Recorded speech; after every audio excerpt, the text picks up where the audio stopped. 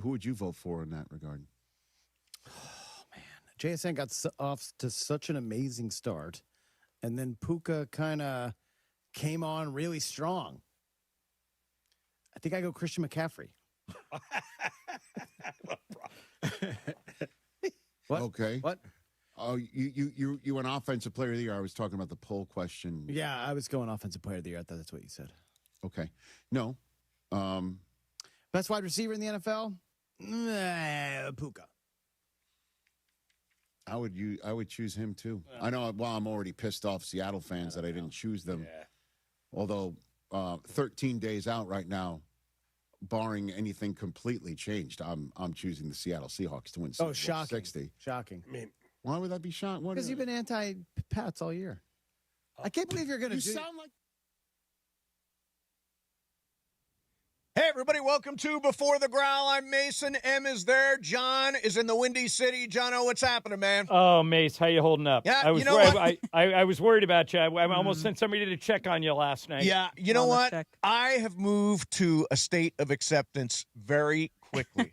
I'm very proud of you. I That's have- not like you. And because you know what? You're not allowed to bitch and complain when your team goes all the way to the NFC Championship game. You've got to call that a great season despite the missed opportunity. Wait a minute. Who are you, and what have you done with my friend Steve Mason? I quickly shifted into this was a really great season. Okay, it had we great should hold stories. this for the regular yeah, show. we will. Yeah. we will. And I will say I'm not like that. I'm still very hurt by this Oh, loss. I'm not saying I'm not hurt by it. I'm just not going to be devastated the way I was in was a bad after we mood all lost to last Seattle. night. I'm in a bad mood all this morning. I Yeah. hated it. Yeah. Hated it. It's Yeah. All fine. right. So let me ask you guys this. It is 6 degrees. Now, you guys grew up in the cold. Yeah, Not that cold. It Yeah, is that's 6 cold. degrees. Yep. Well, but here's the difference. Yesterday in Dallas, it was 11, yeah, but nobody in Dallas knew how to handle it. Right. Here in Chicago, they've got this down. They're like, nobody goes outside. The Yeah. street looks like COVID. Looks like a ghost town. Yeah. And everybody just stays warm. They put salt in the, I guess they won't salt down in the south. Oh yeah.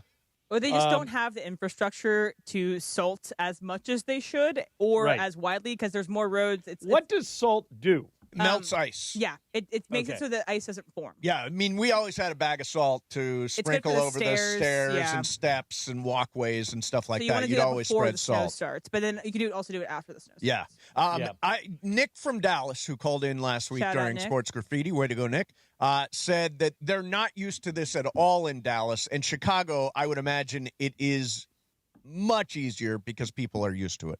Right. And they're comfortable dealing with these elements. Now, Right. tomorrow's Cleveland. Yep.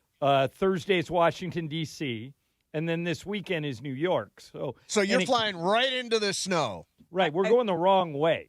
We're You're chasing, following the storm.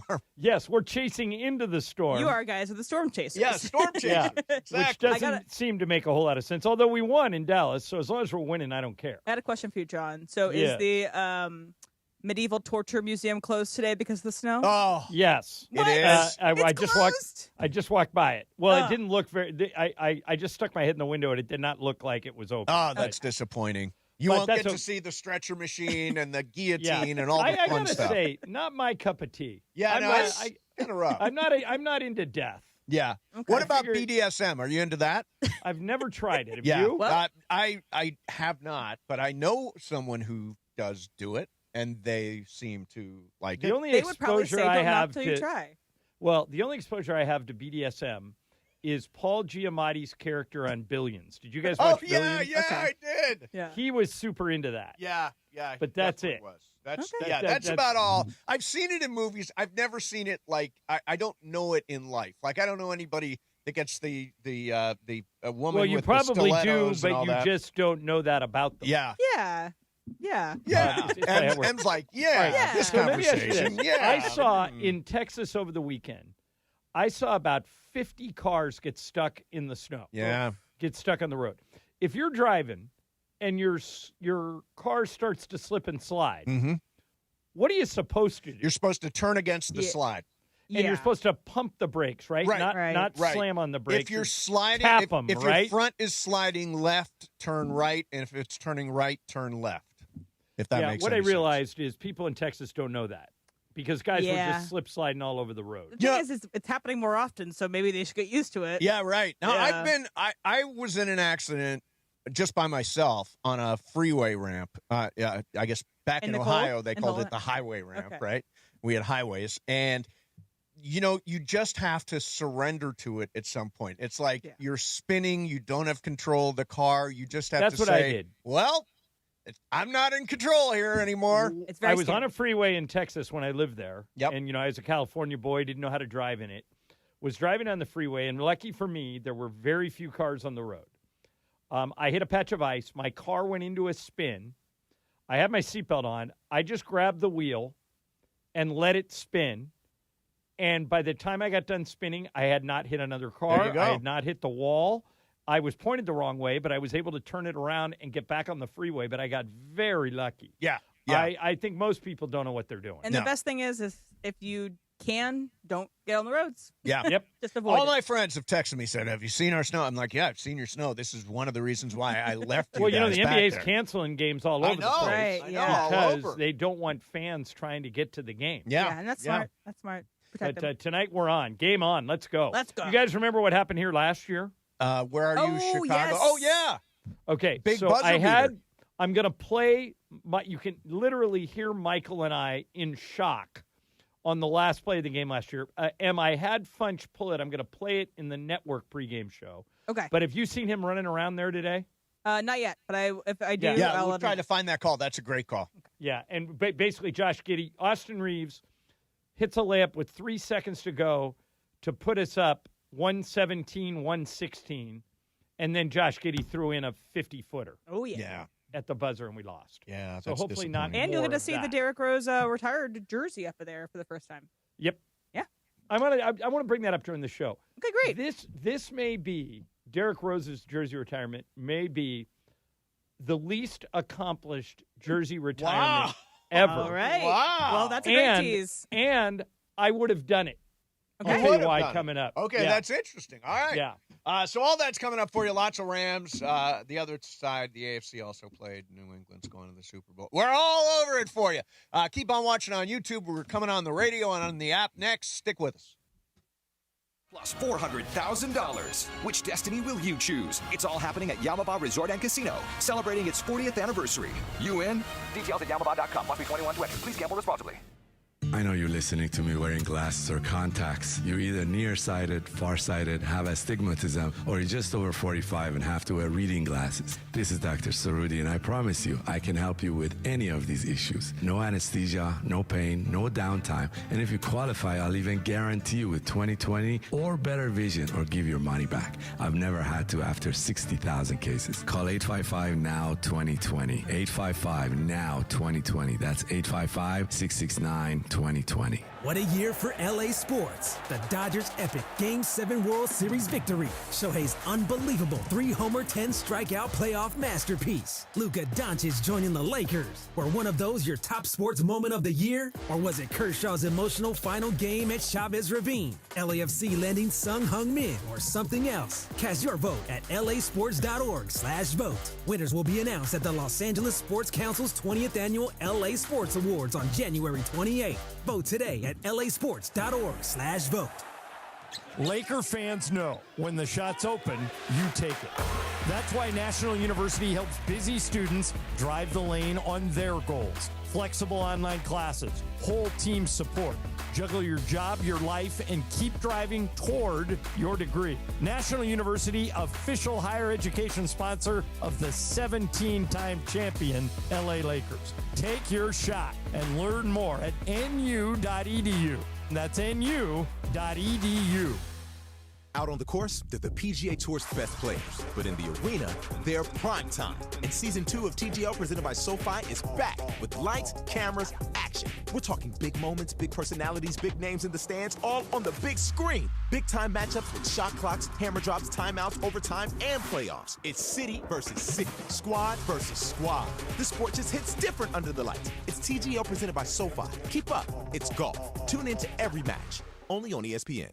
My name's Brian Windhurst, and I've seen a lot of good offense in my life. If you're looking to initiate some offense of your own against your high-interest credit card debt, I'm letting you know a SoFi personal loan might be the play. A SoFi personal loan could be quite the triple threat with low fixed rates, no fees required, and as soon as the same day funding. View your rate for a SoFi personal loan at SoFi.com/offense. Loans originated by SoFi Bank, NA member FDIC. Terms and conditions apply at SoFi.com/offense. NMLS 696891.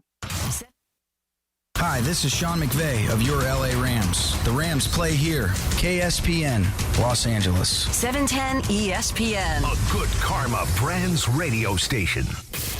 ESPN 710, Los Angeles. Sports. And it is the biggest show on the radio. Mason and Ireland is on for your Monday afternoon. Ireland, best show on the radio. Well, it is a Rams Reaction Monday, and we got to react and be a little sad today. Rams lose in the NFC Championship game to the Seahawks yesterday at Lumen Field. The loudest and proudest Rams fan on the air, Steve Mason, is here. So is Johnny I. We'll also talk about the AFC Championship game, look ahead to Super Bowl 60, and the Lakers from over the weekend. And, of course, take your reaction with Sports Graffiti at 1 p.m. Producer Emily's here. Producer Brian Cohen, social team at the back. Let's do it. Mason and Ireland on a combo play. So with that said, let's get this show on the road. Your Monday afternoon. Oh. Yeah. Right now. Good afternoon. Good afternoon. Good afternoon, everybody. Mace, how are you? You know, it's not an easy game to watch, John Ireland. When I have got my heart and soul invested in a team, I take it really seriously. I wore the same sweatshirt. Now, did you burn said sweatshirt yet? Well, I've got it right here. I don't know what should happen to said sweatshirt. Well, it you said if they does win, not have any luck. Yeah, you win. Oh, you're wearing it. No, I'm not. I'm wearing Rams gear because, I want to celebrate a great season, but this is the unlucky sweatshirt that I think must be destroyed in some way. Yeah, you got to burn it. Yeah. Do you have a fireplace? Don't have a fireplace, no, but I will find. Oh, do you? You want to burn my sweatshirt for me? I'd be happy to. Okay. I'll videotape it and everything. Excellent. Or just give it to the guys in the back. Oh, yeah, the guys in the back will destroy it. Yeah, they'll destroy it. Good point. Somehow. It was not here. The game, I am not stunned at all that it came down to special teams and the secondary. Special teams and the back end of the defense has been a problem all year long, and it really is the reason they lost yesterday in Seattle. You're not going to want to hear this, but Seattle deserved to win. They made fewer mistakes. Oh, Sam Darnold was perfect yesterday. Stafford was great, but Darnold was just as good as Stafford. JSN was a little better than Puka. And like you say, the two things that had burned the Rams all year, special teams and secondary, and they both cost them a trip to the Super Bowl. But you said this in Before the Growl, and I think it's a very mature position. I'm trying to be mature today. Every game this season the Rams lost was a one-score game. Yes. Every single one. If you're a fan and you're investing a whole season like you did, and you buy season tickets, and everything is, set up that way for you to invest 3-4 hours every Sunday, you can't be mad. I mean, they gave you a really fun ride. Yeah. I mean, It just ended a game shorter than you wanted it to. You go back and look at special teams. Week 3 at the Eagles, Josh Carty, 2 field goals blocked. Week 5 at the Niners, Josh Carty, extra point blocked. And Kyron fumbling on the one. There you go. And week 16 at Seattle allowed the 58-yard punt return.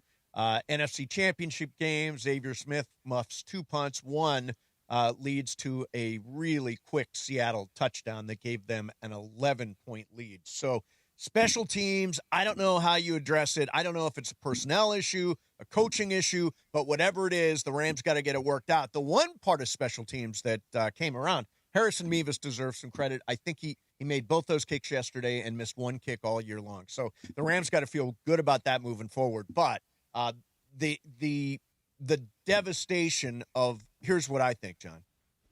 How many times do you get in that position? All the things all season wrong.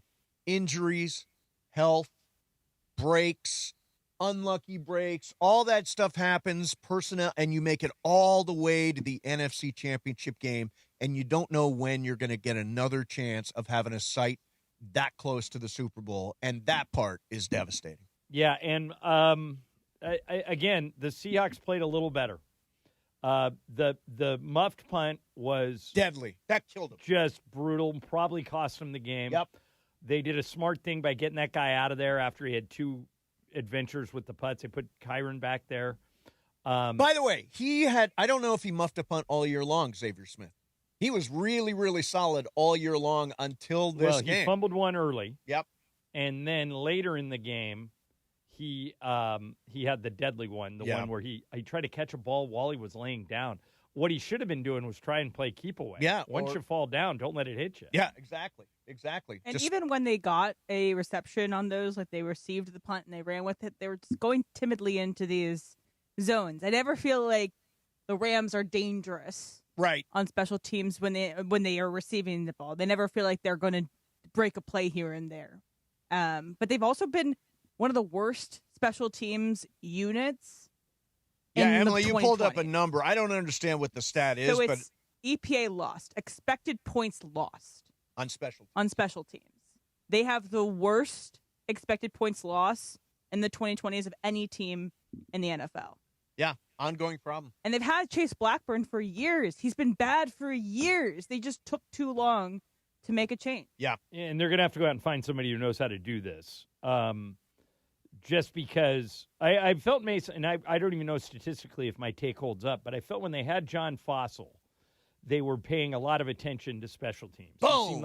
Yeah, I think he's over in Dallas now, if I'm not mistaken. But this year, it was a hodgepodge, both, in all aspects. They had to change the kicker. The punter didn't have, a perfect year.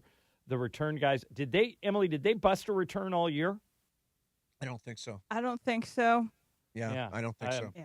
So, they got to you got to take care of that, and they've got to fix the secondary. Yeah. And I think you do those two things. If Matthew Stafford comes back, and he seems to indicate that he is, I think you're in good shape next year. Yeah, their offense is great. Like, they scored 27 points against a very good Seattle defense. Yeah. And by the way, Matthew Stafford versus Seattle in the last 2 games. So remember, Week 16, they lost, blew the 16-point lead. And then yesterday, he was 51 of 84, 831 yards, 6 TDs, no interception, 1 sack, and an 86 QBR. Now, if you told me he was going to play that well, I would have told you the Rams will win both games, and they Problem lost is, them both. Darnold played well in those games too. Played good. And by the way, this is the first USC quarterback as a starter to make it to the Super Bowl. Presuming he starts for the Super Bowl and doesn't break his ankle I before presume he will. But, yeah, he's the first USC quarterback to ever start a Super Bowl. Interesting, because there's been more quarterbacks drafted from USC than any other school. Yeah. I think the number's 18. There may have been a backup, but there's never been a starter. And Darnold, of that 2018 class, is the first one to make a Super Bowl. Yeah, can you believe that? He's the first one to make a Super Bowl from that amazing class Mayfield, of quarterbacks. Allen, Lamar Jackson, Josh Rosen. Yeah, Josh Rose. Yeah, but he's the first one. It's kind of shocking to see, and it's his 5th team. Yep. It speaks to something of his character that he didn't give up on himself. He could have easily been hard on himself. He took a whole year with San Francisco to basically learn. Oh, yes. And then he went to Minnesota and lit it up, and then he came to the Seattle Seahawks, and it's the perfect scenario. And people were, Mina Kimes was kind of getting bodied for this on Freezing Cold Takes, but the idea that the Seahawks moved off of Geno Smith, who got the Seahawks to the doorstep of the playoffs last year, didn't end up making it. But that Geno Smith was good, not great.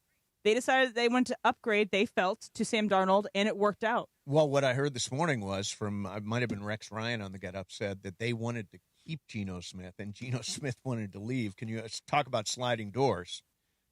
If they didn't have Sam Darnold, they wouldn't be where they are today, certainly. Right. In Minnesota, like Trudell was complaining yesterday, he grew up a Vikings fan, that the Vikings never get the quarterback right. Yes. And last year, Sam was unbelievable for them, and they just let him walk. They let him go.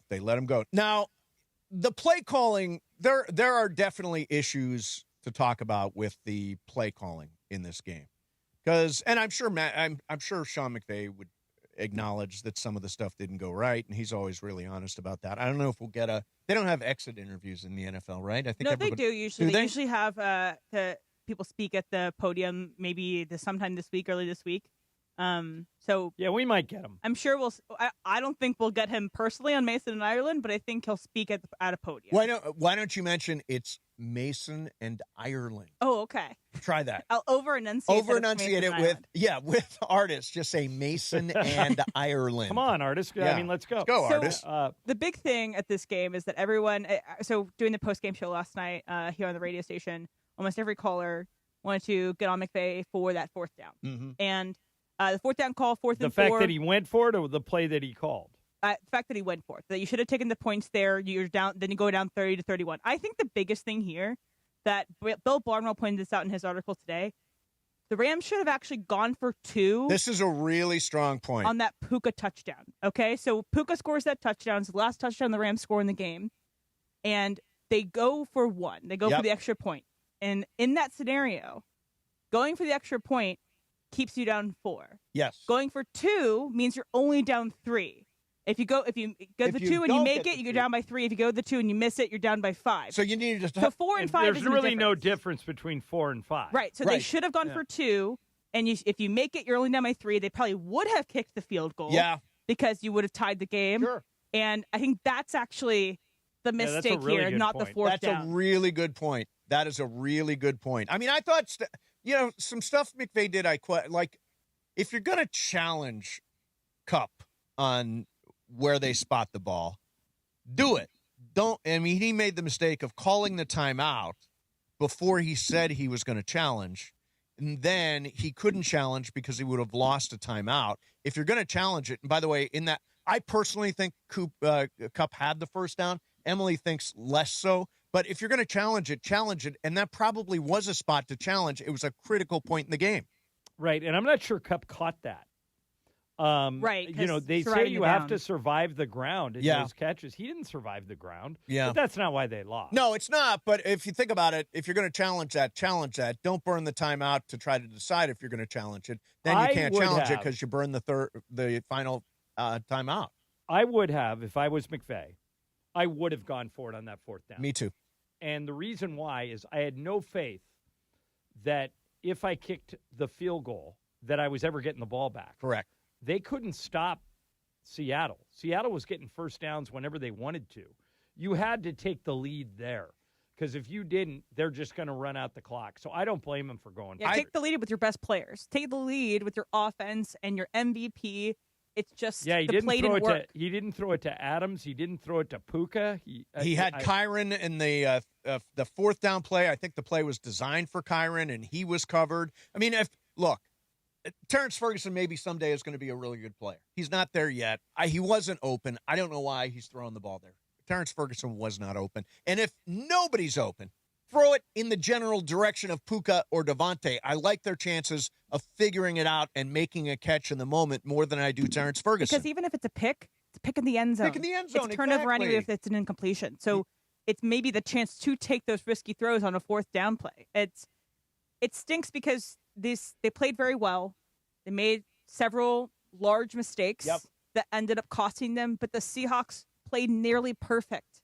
They were so good, and they've been so good all year, and it was an incredible game to watch because it's two great teams, and it was the Super Bowl. The Seahawks are going to crush the Patriots. I completely agree. I think the Seahawks will dismantle the Patriots. Drake May does not look ready for any. Although you can't judge anything from that game. My God. Well, Drake May made a couple of critical plays in that game, though, especially the touchdown he ran for. Yeah, but I mean, really good. The second half, you just got to scrap that. The touchdown he ran for was because Jarrett Stidham had the stupidest interception fumble of all time. That was so dumb. That's why you're at a disadvantage playing the backup quarterback. But here's the thing: to make a play. Could have kicked that field goal. Would have been 10-10 with all the snow and the ice and all that stuff. Yeah, I think that was a mistake. The theme of these playoffs is take the points in all these games. You think that's the theme? Nobody wants to take the points. Well, because we just argued that we are okay with them going for it. Right. Well, I would have been okay with them going for it, but I'm just saying I have no problem taking points. By the way, I think that field goal would have been so stupid. I know there are people in the Ram game or the Patriots game? No, in the Rams game. I thought that was so stupid, the idea that, should have kicked the field goal to make it 31-30. You got to worry about getting the ball back. And by the way, Sean McVay was playing knowing that his defense wasn't stopping Seattle. Right. So why kick the field goal when you could score the game-winning touchdown? I thought it was totally worth it. Yeah, I would have gone for it there. Done what the I'm, same what thing. I'm saying, when I say take the points, I'm thinking maybe early in the game. So Broncos were up 7-0. Yes. And they could have gone up 10-0. Yep. And Sean Payton elected to go for it. And the play was a disaster. Yeah, and that he was didn't bad make play. it. Yep. In the beginning of games, I almost look at it like, like when you're playing golf, just get pars. Just put as many in the bank as you can. If they would have taken a 10-0 lead, maybe that's a different game. Yeah. At the end of the game, McVay's situation dictated that he go for it. Yeah, I agree. But earlier in the game, I think these coaches keep going. That everybody the fans want you to go for it, the players want you to go for it, but points count. You Yes. should take them every once in a while. Absolutely. Well, that was the case last week in the Bears game. He left Ben Johnson left multiple field goals on the field. 6 points. Because he was going for it. All right, coming up next, we'll hear from Sean McVay. We'll hear from Matthew Stafford. Is he going to be back? Question mark. We'll do all that coming up next. Mason and Ireland, 710 ESPN. The Lakers and Toyota are celebrating 50 years of their legendary partnership. They started together in 1976. And as part of that, the We Make It Easy sales event is going on right now. You'll find the biggest selection of the year with some of the biggest savings all in one place. And it doesn't matter what kind of Toyota you're looking for, car, truck, SUV, they're all on sale. The Camrys, the Tacomas, the RAV4s, no matter what you're looking for, if it's a Toyota, it's on sale right now, and there's one of two ways you can get one. You can go into your Southern California Toyota dealer, or if you already know what you want, go to Toyota.com. Toyota, in business with the Lakers and partners with the Lakers for 50 years. We make it easy. Toyota, let's go places. And it is the 15-minute mark right here on 710 ESPN. On the all-new ESPN LA app and on YouTube at ESPN Los Angeles. The 15-minute mark on 710. Fueled by Valvoline Instant Oil Change. You know, in that time it took to hear your favorite takes and all that fun and frivolity, you could be pulling out with a fresh oil change. No waiting, no appointment, just in and out in about 15 minutes. Bam! So you've got more time for what matters. Visit SoCalOilChange.com. In just 15 minutes, you can boost your vehicle's performance and save money while doing it. Visit SoCalOilChange.com now for value pack coupons and keep your car and your wallet running strong. The 15-minute mark on 710, made possible by Valvoline Instant Oil Change. Coverage and content of the 2026 College National Championship on ESPN LA is presented by Pechanga Resort Casino. Plan your perfect combination at Pechanga Resort Casino. See for yourself what made readers of Newsweek and USA Today named Pechanga the best casino outside of Las Vegas. Visit Pechanga.com for more information. Head straight to the championship with a brand new truck from Northridge and Wonders Toyota. Lease a brand new 2025 Tacoma for just $84 a month for 36 months plus tax, only from Northridge and Wonders Toyota. You got a trade-in? Your ride could be worth more than you think. So get in the game with Northridge and Wonders Toyota. They make it easy. Tacoma Model 7162G. VIN number 3TYJDAHN 1ST037657. This excludes tax, title, license, registration fees, dealer options, and charges. $59.95 due at signing. $84 per month. Offer expires 1/31/2026. Not sure what to do this week? The answer is always Kazam. If you're still watching NBA games on your phone or rewatching The Matrix on a flat screen, stop. Kazam delivers the ultimate immersive experience. And this week is the week to see it. Watch live NBA games like OKC Milwaukee and Golden State versus Dallas on massive, high-resolution displays surrounded by fans who actually react to every run, every dunk, every big moment. Then come back another day and experience immersive cinema like The Matrix or Charlie and the Chocolate Factory in shared reality, where the screen wraps around you and pulls you straight into the movie. And this week in the Premier League, Bournemouth takes on Liverpool in exciting soccer action. And this weekend in both the Dome and Hall, the AFC and NFC Championship games. The Hall features wall-to-wall multi-view sports, so you can catch every game at once with no remote required. There's a full menu of local food favorites, craft cocktails, and beers. And top it off at the deck, Kazam's panoramic rooftop bar with incredible views. Get tickets and full event details now at Kazam.com. That's your Kazam calendar. Good Karma Brands is proud to be an equal opportunity employer, providing equal employment, development, and advancement opportunities to all teammates and applicants. To learn more about careers with us, please send an email to talentacquisition@goodkarmabrands.com. That's talentacquisition@goodkarmabrands.com. I can't believe how spotless my floors look after using the Swiffer Power Mop. No more dragging around a heavy mop and messy bucket. Now I get the same deep clean without all the work. Thanks to the powerful solution and scrubbing pad of the Swiffer Power Mop, dirt and grime don't stand a chance, and I don't break a sweat. Mic drop. Mop drop. Swiffer Power Mop. Swiffer Power Mop. A smarter way to mop. Try it or your money back. Wesley Financial Group is not a law firm. I'm Chuck McDowell, founder of Wesley Financial Group. Did you buy a timeshare because they told you it was a great investment? That's a lie. Most timeshares can be bought online for $1. To find out what your timeshare is worth and to cancel it, call us today and we'll send you our timeshare exit kit free with all your options for cancellation. Call Wesley for your free exit info guide. 800-511-4545. That's 800-511-4545. Hi, this is Matthew Stafford of your Los Angeles Rams. This is Mason in Ireland on your home of Rams football, 710 ESPN.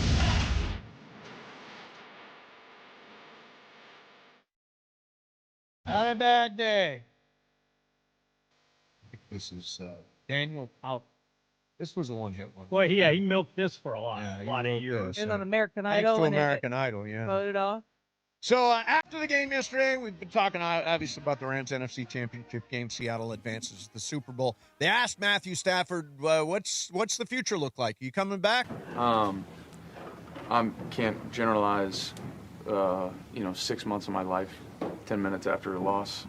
So appreciate the guys in this locker room a whole hell of a lot. Everybody that helped me, and helped our team be as successful as we were this year. And that's all I'll answer for you.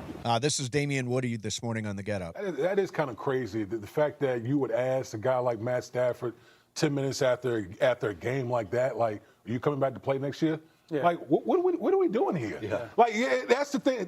Listen, as a person that's in the media, that was one of the things that frustrated me about the media. It's like, do you not understand the emotional toll when you lose a game like that, and then you're going to ask me if I'm going to be back, right after that game? It's like, but hold on. It's stupid. It's silly. Guess what, Damian Woody? Here's Adam Schefter. And these things are fluid, too. There have been plenty of times, I'm sure you've seen this, where a player thinks he's had enough, and then he takes a month or 2 months, and he wants to play, or he wants to play, and then he takes the time and says, I don't want to do it again. People change their minds. So you're asking for someone's thoughts at that moment, which doesn't mean it's certainly permanent, but they're looking to get some sort of indication. And the indication has been that Matthew Stafford would like to play next year, but needs some time to think about it and process it. I mean, you got to ask the question. Yeah, because it's what we do. Yeah, I think he's coming back. I do too, 100%. I think he had too good of a season. They got too close to the Super Bowl. I would be shocked. Go past surprised to shocked if Matthew Stafford retires. McVay was asked about it yesterday on the podium. Listen to his response. Sean, do you expect Matthew Stafford to be back next season? Yeah, if he still wants to play, what the hell kind of question is that? The answer, yeah. You have to ask him. We've been totally present. I know that if he wants to, he's still playing at a pretty damn good clip. He's the MVP of the league, and if he's not, I got respect for everybody else, but this guy played at a level that's just different. I appreciate you guys this year. So he's coming back. I think without question, 47 touchdown passes. I want that guy back. I don't care how old he is. He's the most valuable player in this league. I guess the question will be, what are the Rams have salary cap space, but what are the terms that are going to get Matthew Stafford back? And what if he asks for 3 years or 4 years? He's 37 right now. Yeah, if he asks for 4 years, let's say isn't he already under contract for next season? Let me see. I think nope, he is unrestricted free agent, and I think I read base salary $16 million in 2026. Right. So I don't think that's going to fly. Well, if he's only going to play for 1 year, they've got to come to terms. But I think they're going to want him, and he's going to want them. I think there's an easy deal to be made. He has a potential out after this year. Is that what it is? He's got an out? Yeah, it says void. He can void the contract or move on from the contract. So basically, if he wants to play somewhere else, I think that's available to him. Or he stays with the contract he has with the Rams, maybe reworks the contracts if he wants to, or retires. Yeah, and I want to be clear. He made $44 million this year, not the number that I said. $44 million. He's got an out in 2026. It was a one-year deal. So it's really up to Matthew Stafford. Now, I can't imagine he wants to go anywhere else. But if he's looking for 3 years, I don't know what the Rams do. I don't know. Would you feel comfortable with 3 years? No. Yeah, I mean, if the Raiders are willing to give him 3 years, they kicked the tires on Matthew Stafford last year. If Matthew insists on 3 and the Rams want 1, I would compromise at 2, but I wouldn't give him 3. If he wants 3, I would let him go. How about you? I want Matthew Stafford on this team. I probably would, even if I know the third year might be dead cap hit or right. I would probably do it because it's Matthew Stafford, and he's the most valuable player in the year, coming off his most dynamic season with such great chemistry with Puka and Devontae Adams. I would probably go to 3 years to keep Matthew Stafford. But what if that means you don't get to keep Byron Young? I know that they have the ability for an extension. Long-term, you don't get Byron Young long-term. You don't get Steve Avila long-term. Correct. Because these are all guys that are eligible for an extension this offseason. I think we assume Puka's going to get an extension, a massive extension this offseason. Yeah. But there's other guys in this team. You have to be able to build around them. So I don't know if a 3-year contract. Again, we are all just speculating. Yeah, we don't know if this He could say, "I'll just come back for 1 year. Right. Give me a really big number." Of course, just going to do a team-friendly deal. Yep. But they also do have 2 first-round picks this year. Yes. This is probably the most valuable draft that they will have for a while. Do you package these 2 first-rounders to maybe get your quarterback of the future? I do not. I for me, only if Stafford retires. I think if Stafford retires, you would do that, but I don't think he's going to retire. For me, I want to go cornerback. I want to go secondary. I want to load up the secondary. I got 2 first-round draft picks. Find me the best cornerback because we don't have a really good cornerback right now, and that's one of the reasons why JSN just ate us up yesterday. Just ate us up. So, yeah, I think what I would do is we are in a Stafford window right now. Those picks in the first round this year, one late and one sort of in the teens, I would go secondary with them. And by the way, John, go back to this. Look, I far from be it for me to question Les Snead, but they took their first round pick last year and took a third string tight end. It was a second round pick because they traded the first round pick. Second round pick last year, their top pick, took a tight end who might be good someday, but isn't there yet and could have gone secondary, and I think that could have been all the difference. Are you talking about Parkinson? No, I'm talking about Terrence Ferguson, the guy who they went to on Parkinson. They got in a trade with the Seahawks last year. Yeah. No, Terrence Ferguson is the guy they drafted at the top of the second round. The guy from Washington, from Oregon, right? Exactly. Yeah. And he could be good someday. But I think the thing is, I don't know if I trust Chris Shula and the defensive coaching staff to be able to develop a cornerback in the draft. I would rather they take one of these picks and package it with some other picks, maybe and another player, and get a proven player. I think I'd rather them get a veteran cornerback secondary as opposed to draft. Well, you said something interesting. Well, they tried to get Jalen Ramsey before this season, and it fell through late. Yeah. You said you don't trust Chris Shula. I don't. I think Chris Shula lost some money yesterday. His team regressed a lot. Yeah, the defense did. Regressed the wheels a came lot off at the end of the season. Yeah. And the defensive line is great. It's full of young guys that are hungry, but they also overcommit. They can't get any mobile quarterbacks, and unless you're playing, and the league is getting increasingly more mobile, I don't know if I trust him to be able to develop this defense. Interesting. Yeah, I mean, I think he was a hot head coaching candidate, and after yesterday, people are going, well, maybe we'll go another way. He may cost himself a job. Yeah, I mean, I think the guy most likely, the other guys could get jobs at the rank. I was just looking, I'll just throw this out there. Arizona, Vegas favorite for the Arizona head coaching job is Mike LaFleur, Rams offensive coordinator. And the favorite for the Browns job is Nate Scheelhaase from the Rams, and he is a heavy, heavy favorite with the Browns, and he is a Rams offensive pass game coordinator. There you go. That's the title.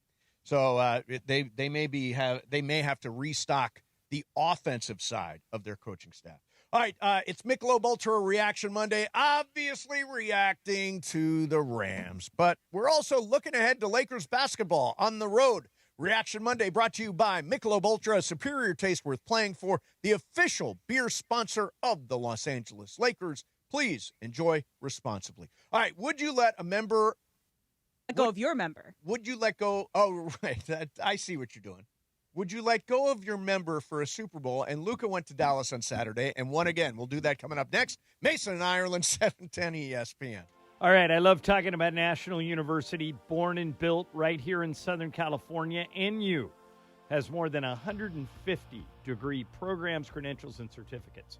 They are veteran-focused and veteran-founded. If you served in the military younger in your life and you never had time to get a degree and you don't think you have time now, you got to look into National University. They make it easy. They make it achievable with 4 and 8 week online courses, a great transfer credit policy, millions in scholarship money handed out last year alone. Plus, full support, professors, advisors, and resources to keep you on track. They believe in Anders, people that have a job and a family and they want to get a degree. They're here to support all your ands. They're a proud sponsor of the Lakers, proud sponsor of ESPN LA. If you're interested in anything I've said, go to their website. It'll answer any questions you have. nu.edu. nu.edu, National University. The Sedano and Cap Morning Show, weekdays starting at 7 a.m. on ESPN LA. What have I always said about going into the LeBron business? From day one, remind me. All right, I'll just say it. When you're in the LeBron business, you are expected to push the chips to the center of the table every time, okay? That is what you signed up for, because that is who he's been. Hang with Sedano and Cap every weekday morning starting at 7 a.m. on 710 ESPN. What a year for LA sports. The Dodgers' epic Game 7 World Series victory. Shohei's unbelievable 3-homer, 10-strikeout playoff masterpiece. Luka Dončić joining the Lakers. Were one of those your top sports moment of the year? Or was it Kershaw's emotional final game at Chavez Ravine? LAFC landing Sung Hung Min or something else? Cast your vote at lasports.org/vote. Winners will be announced at the Los Angeles Sports Council's 20th Annual LA Sports Awards on January 28th. Vote today at lasports.org/vote. Hey guys, it's a new year, new benefits, and if you're wondering how to actually get the most out of your new benefits, it's VisionWorks in Orange County. It's Cappy, and I know you've been putting off your annual eye exam. I got you covered, VisionWorks. And right now, VisionWorks is offering a BOGO on glasses, so you can use that tax return for something you actually need and walk out with 2 new pairs. Quick scheduling, great doctors, and tons of frames to choose from. No stress, no pressure, just better vision to start the year. So do your eyes a favor. Head to one of the 7 VisionWorks in Orange County and see the difference. When you're hiring, have you ever felt like you're missing out on meeting truly great candidates for your roles? It seems impossible to find them, but they have to be out there somewhere, right? Well, they're not hard to find when you know where to go, and that place is ZipRecruiter. And right now, you can try ZipRecruiter for free at ZipRecruiter.com/LA. ZipRecruiter helps 10 million people with their job search every day. And because these people are actively looking for jobs just like yours, it's easy to find the right person right away. In fact, 4 out of 5 employers who post on ZipRecruiter get a quality candidate within the first day. But if you're not using ZipRecruiter, you're missing out. So see what it's like when the impossible is easy. When you go to ZipRecruiter.com/LA right now to try ZipRecruiter for free. Once again, that's ZipRecruiter.com/LA. ZipRecruiter.com/LA. Never miss out on great candidates with ZipRecruiter. Get ready, SoCal. Hard Rock Casino Tejon is kicking off the new year in high gear. Unity by Hard Rock members can earn entries all January long for the $500,000 Drive the Dream Corvette giveaway just by using their card. Join us every Thursday in January for your chance to win big, including $30,000 in free play each week. Start the year with more excitement and more ways to win. Details at casino.hardrock.com/Tejon. Hard Rock Casino Tejon. This is how SoCal plays. Hey, it's Rich Eisen for Pella Windows and Doors. Sometimes teams take a timeout to regroup and call the right play. When it comes to your home, Pella Windows and Doors always has the winning game plan. They do it every day, and that's why your neighbors trust them. Visit Pella.com/Eisen today. Right now, Pella Windows and Doors of Los Angeles is offering buy one, get one 50% off and every day 0% financing. Some restrictions may apply. See store for details. Offer ends January 31st, 2026. A SoFi personal loan is here to help you achieve something once thought impossible: overcoming high-interest credit card debt. Walk the tightrope of your finances with one low, fixed-rate monthly payment, no fees required, and as soon as the same-day funding. That's right. Pull off your own debt-defying stunt with a SoFi personal loan. Visit SoFi.com/trick to learn more. Loans originated by SoFi Bank, N.A., member FDIC. Terms and conditions apply. NMLS 696891. Steve Mason and John Ireland. I mean, what I'm thinking is, don't you know who I am? You're not responding to me? I'm Steve Mason. Exactly. Mason and Ireland. What? It's an outrage. It is an outrage. Back to the guys. It's my old friend. Hello, darkness. I've come to talk with you again. All sad. Boy, we're going full dark. Because a vision softly. Emily chose all of these. This is how I feel this morning. Emily is picking these songs. I think they all have a theme. They capture what this day is all about. It's a sad day. It's a sad day. Luka just won Western Conference Player of the Week. Hey! Does that cheer you Hey. up? Yeah, that's good. We got some hardware in LA. Good. Let's Luka go. Palooza. Luka Palooza. All right, so I want to do a couple things here. First of all, John, it's a short show today, so we're off at 2, which means you got to get all of us you can in the next hour and a half, because we're bringing it today. We are Brian, are we or are we not bringing it today? Oh, you're bringing it. We're bringing it, exactly. It's been brought. Because everyone's depressed. Exactly. So Mike Vrabel, when he was the head coach, Tennessee, appeared. Yeah, nice decision to fire that guy. Well done, Tennessee. They've been good ever since. Taylor Lewan and Will Compton had him on the Bussin' with the Boys show, and I want to play something for you, John. This is a question he was asked, and listen to his response. Would you cut your off for a Super Bowl? Oh, been married 20 years. Yeah, probably. You've got 3. As a player. I guess I'll be married for 20 years one day. Would you? If you came you home, won't need it. You won't need it. Don't think he's following through, but it's very funny. Come on, man. No one I know Nobody. is going for that deal. No. I use that thing all the time. Yeah, no one I know is taking that deal. Sometimes just by myself, but now, still. let me ask Yes. you this. Left pinky. Oh, left pinky. God, pinkies do so little, right? Yeah. Would it be the whole pinky or just like the top Nope, the joint? whole pinky. The whole You'd see pinky. a stub right there. You'd have 9 fingers, but you'd have a Super Bowl. You know what they'll call me? Stubby. Hey, Stubby Stubby. instead of Stiddy. I'd give you up. and your Stiddy over the Stiddy. weekend. Well, texting me Stiddy randomly with no explanation. Under perfect conditions, Stiddy wins that game. He had a great He was really money. No, I'd give up. Until that sideways, whatever, here, take the ball Exactly. turnover.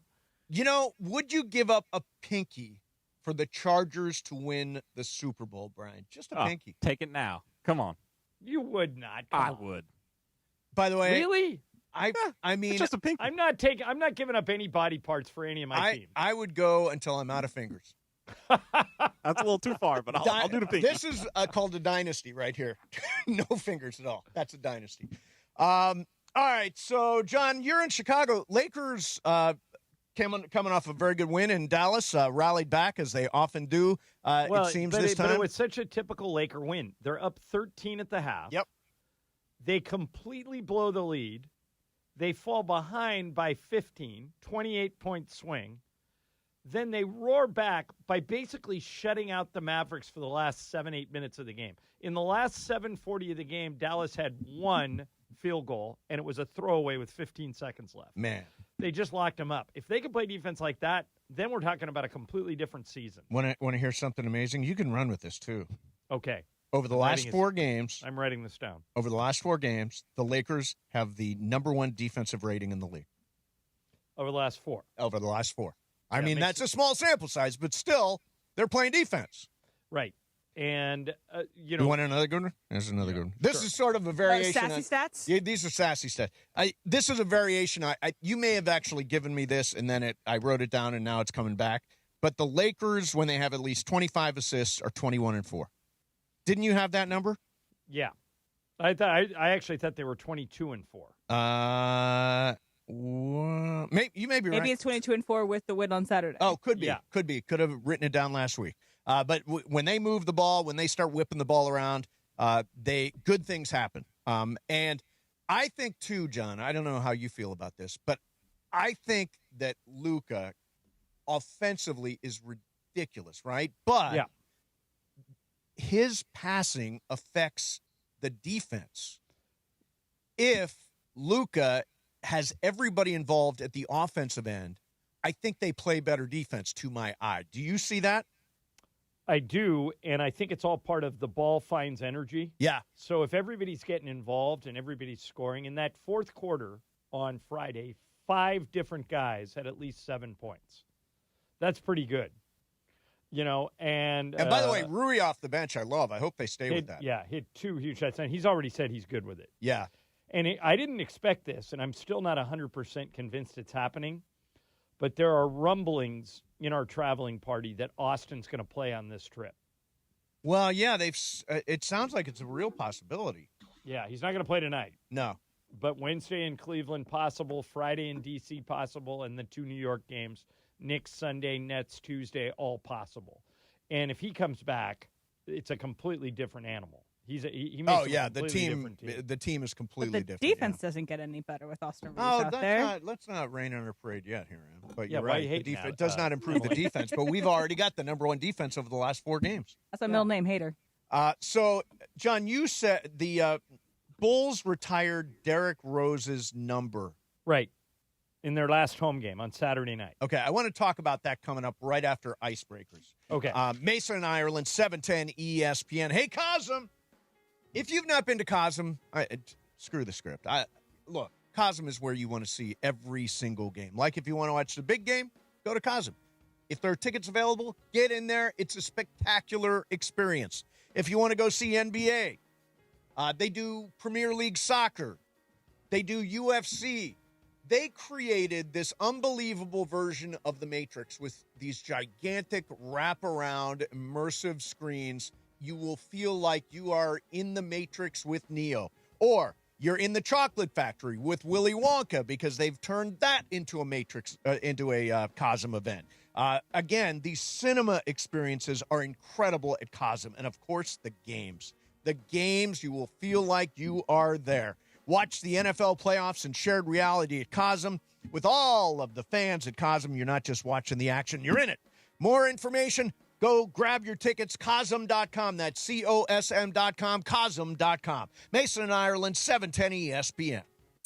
And you know we are LA's mega sports station. You spend every day with us on 710 a.m., the all-new ESPN LA app, and on YouTube at ESPN Los Angeles. But quite often you see us on the streets. The ESPN LA street team rolling up across the Southland and pulling up at the hottest events. Baby, let's cruise. You know who takes care of our rides? Our friends at George Chevrolet. The GM, John Good, his fantastic team. Find out more at GeorgeChevy.com. Chevrolet, together let's drive. Our ESPN LA street team, driven by our friends at George Chevrolet. George Chevy, off the 91 freeway in the city of Bellflower. Thanks to George Chevy for making our ESPN LA street team absolutely beautiful, man. Join the club at Pechanga Resort Casino. New club members who sign up receive a $25 resort credit, as well as a chance to win $100 in bonus credit. Enjoy perks like earning club dollars with every bet, invitations to exclusive promotions and events, and much, much more. Visit the club at Pechanga to sign up and start receiving benefits right away. Your perfect entertainment resort casino combination is available at Pechanga, voted the best Southern California casino. ESPN LA family, I'm personal injury attorney Joseph S. Normand. 2026 marks 15 years that you've trusted me to represent you. When you're hurt and down, I'm honored to fight for you in personal injury cases when it matters most. Numbers don't lie. I'm the real deal. The voice you hear is a voice you get. If you've been injured in an accident, call 213-747-1234, 213-747-1234, or visit normandlegal.com. Normand Legal, built on trust, proven by results. Ah, the internet, a place where your curiosity can flourish. unless online threats stop you. The internet is wonderful, but you need to protect yourself online. Protect yourself online with NordVPN. NordVPN encrypts your browsing. Its Threat Protection Pro feature helps you block malware, avoid phishing, and stop digital trackers. Get the best deal at NordVPN.com. Out on the course, they're the PGA Tour's best players. But in the arena, they're prime time. And Season 2 of TGL presented by SoFi is back with lights, cameras, action. We're talking big moments, big personalities, big names in the stands, all on the big screen. Big-time matchups with shot clocks, hammer drops, timeouts, overtime, and playoffs. It's city versus city, squad versus squad. The sport just hits different under the lights. It's TGL presented by SoFi. Keep up. It's golf. Tune into every match. Only on ESPN. Listen to Mason and Ireland, weekdays noon to 3 on ESPN LA. And it is Mason and Ireland on ESPN LA. It's time for Icebreakers. Icebreakers made possible by Blue Ice Vodka, the finest vodka sourced from Idaho potatoes. Get it? Idaho, Johnny I, the Idaho compound. Enjoy Blue Ice Classic Vodka or their unique flavors like Huckleberry and Double Espresso. Find Blue Ice in stores and ask for them by name. Time for Icebreakers on Mason and Ireland. Take it away, producer Emily. Before we get to Icebreakers, what's on tap today on ESPN LA? Lakers and Bulls tonight from Chicago. We'll talk about that in just a little bit. But the Toyota Lakers countdown with Beto Duran starts at 3:30 with tip-off at 5. Here for your afternoon drive on 7:10 a.m. or in crystal clear digital audio in the ESPN LA app. Brought to you by Michelob Ultra. A superior taste with playing for. The official beer sponsor of the Los Angeles Lakers. Please enjoy responsibly. So we are in the double range. Double points. Let's go. I Double points. This one. Here is the current standings. John has 29 points. Mace has 19 points. Brian has 16 points. And then Andy, who will play twice this week, has 11. Okay. All right, Yeah, here I we think go. this is probably the last time I'm playing Icebreakers this week. I'll be at some end of shows, but not at the beginning. Okay. So I You gotta got to be get this aggressive, John, then. Yep. Amen. For 20 points. I was born in 1971. Okay. For 18 points. I have hosted SNL 4 times. Oh, come on, Ireland. 4 times. For 16 points. I was the real-life high school drama teacher for Ellie Kemper. She's in The Office, Bridesmaids, and Unbreakable Kimmy Schmidt. I was also a daycare teacher during college. Go ahead. Melissa McCarthy. All right, John, you're in a good seat. You got Brian. Brian could wreck me. All right. For 14 points. I succeeded in both dramatic and comedic roles. You didn't say where this person was born, right? No. Not yet. Oh, not yet. Okay. All right, for 12 points. I am a huge St. Louis sports fan. Ireland. Go ahead. John Hamm. That is correct. It is John yes, Hamm. it I is. tried to trick you a little bit with the teacher thing. Thank you as a woman. It is 12 points for Ireland. Damn. Wow. Okay. And that takes you into a commanding lead. I would like to say Melissa McCarthy was a pretty good guest. I looked it up. Yeah. She has hosted SNL 4 times. Yeah, And she's probably born around that time, too. Yeah. Right, and also a bridesmaid castmate of all 3 of these And people. also serious and dramatic, all that stuff. Well, good job.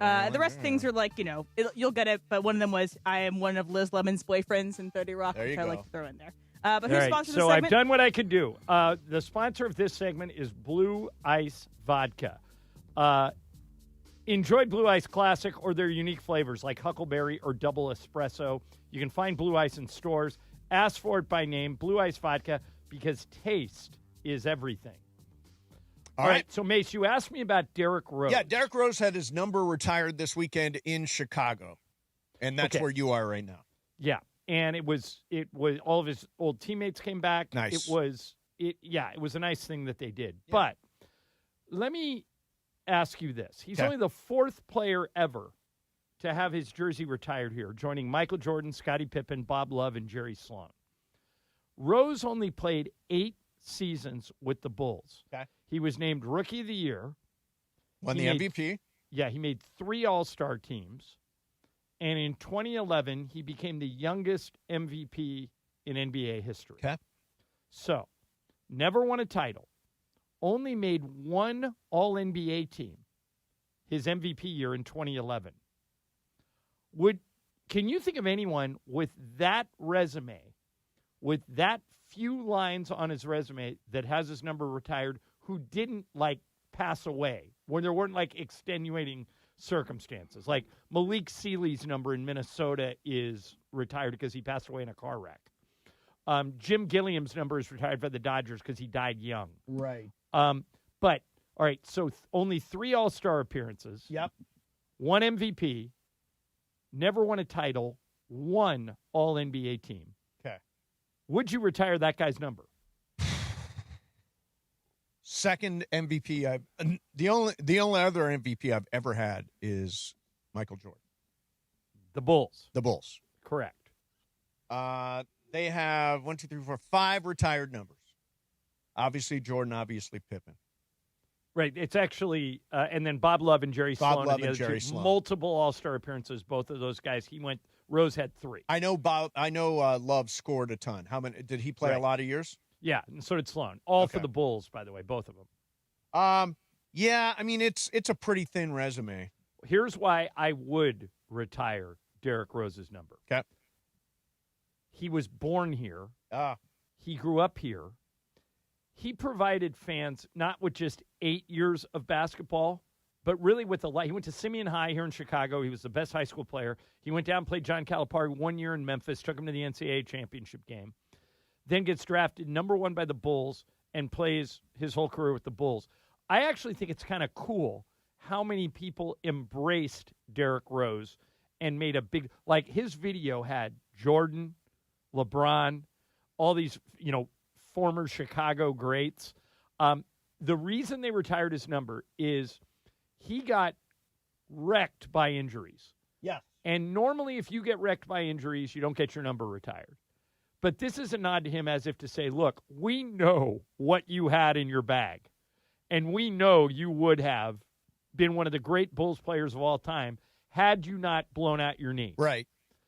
And so I can't think of another instance where a number has been retired for a guy with that few of NBA accomplishments. But in Chicago, where I'm sitting today, it makes total sense to me. So does that hold any water with you? Yeah.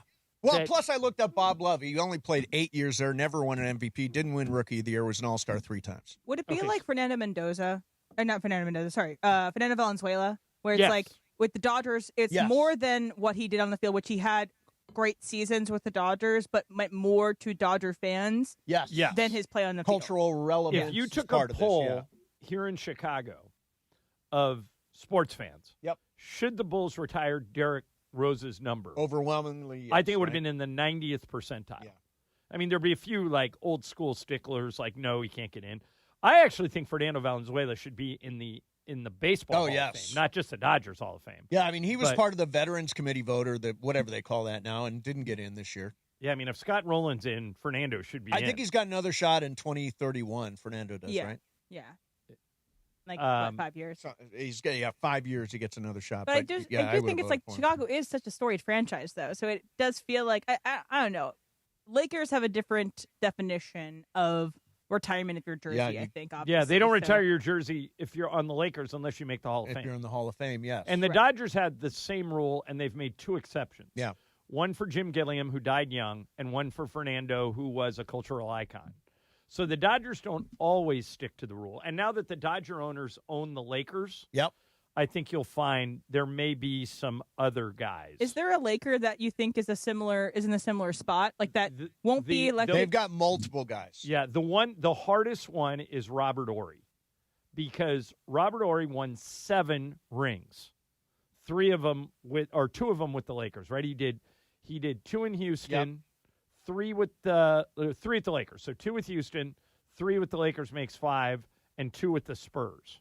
So he hit more big shots than anybody. I think I can make the case that Robert Horry should be in the Basketball Hall of Fame, which would automatically put him in with the Lakers.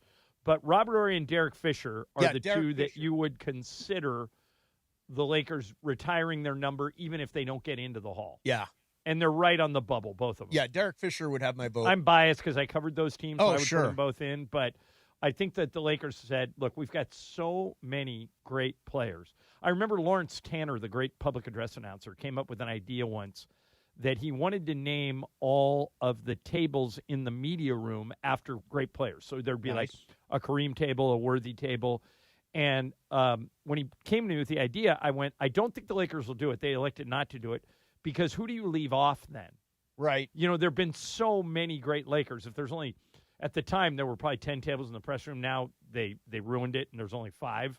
But they the press room did get compressed a little bit. Yeah, well, they just ruined it. But tight. I don't blame them. I mean, AEG did it. The reason they did it is because they built those bunker suites. Yes. And took half the space of the media room. And they make money on the bunker suites, and they don't make money on the media room. It's just sad because that media room was a top 5 media room, and now it's a bottom 5 media room. Yeah. Probably bottom 3. Wow. But I understand why they did it. Yeah. Again, Mace, the answer to all your questions is money. Money! Yeah. That's the way it works. Ruins everything, John. Well, it doesn't ruin some things, but it explains a lot of things. It does explain a lot. Follow that, and follow the money, and you can normally get a lot of answers. You're in on it. I wanted to do one thing before we get to sports graffiti. Devontae Adams, for the 4th time, was in a conference championship game. Was it 5th? Yeah, 5th time in a conference championship game. He's 0 for 5. Here is Devontae Adams after yesterday's game. Devontae, what are the emotions for you right now, coming so close again, and the way this game went? And obviously, Sean was very emotional in his post-game comment. Heartbreak. It's tough. It's tough to talk, honestly. How would you describe how Matthew and the offense played today?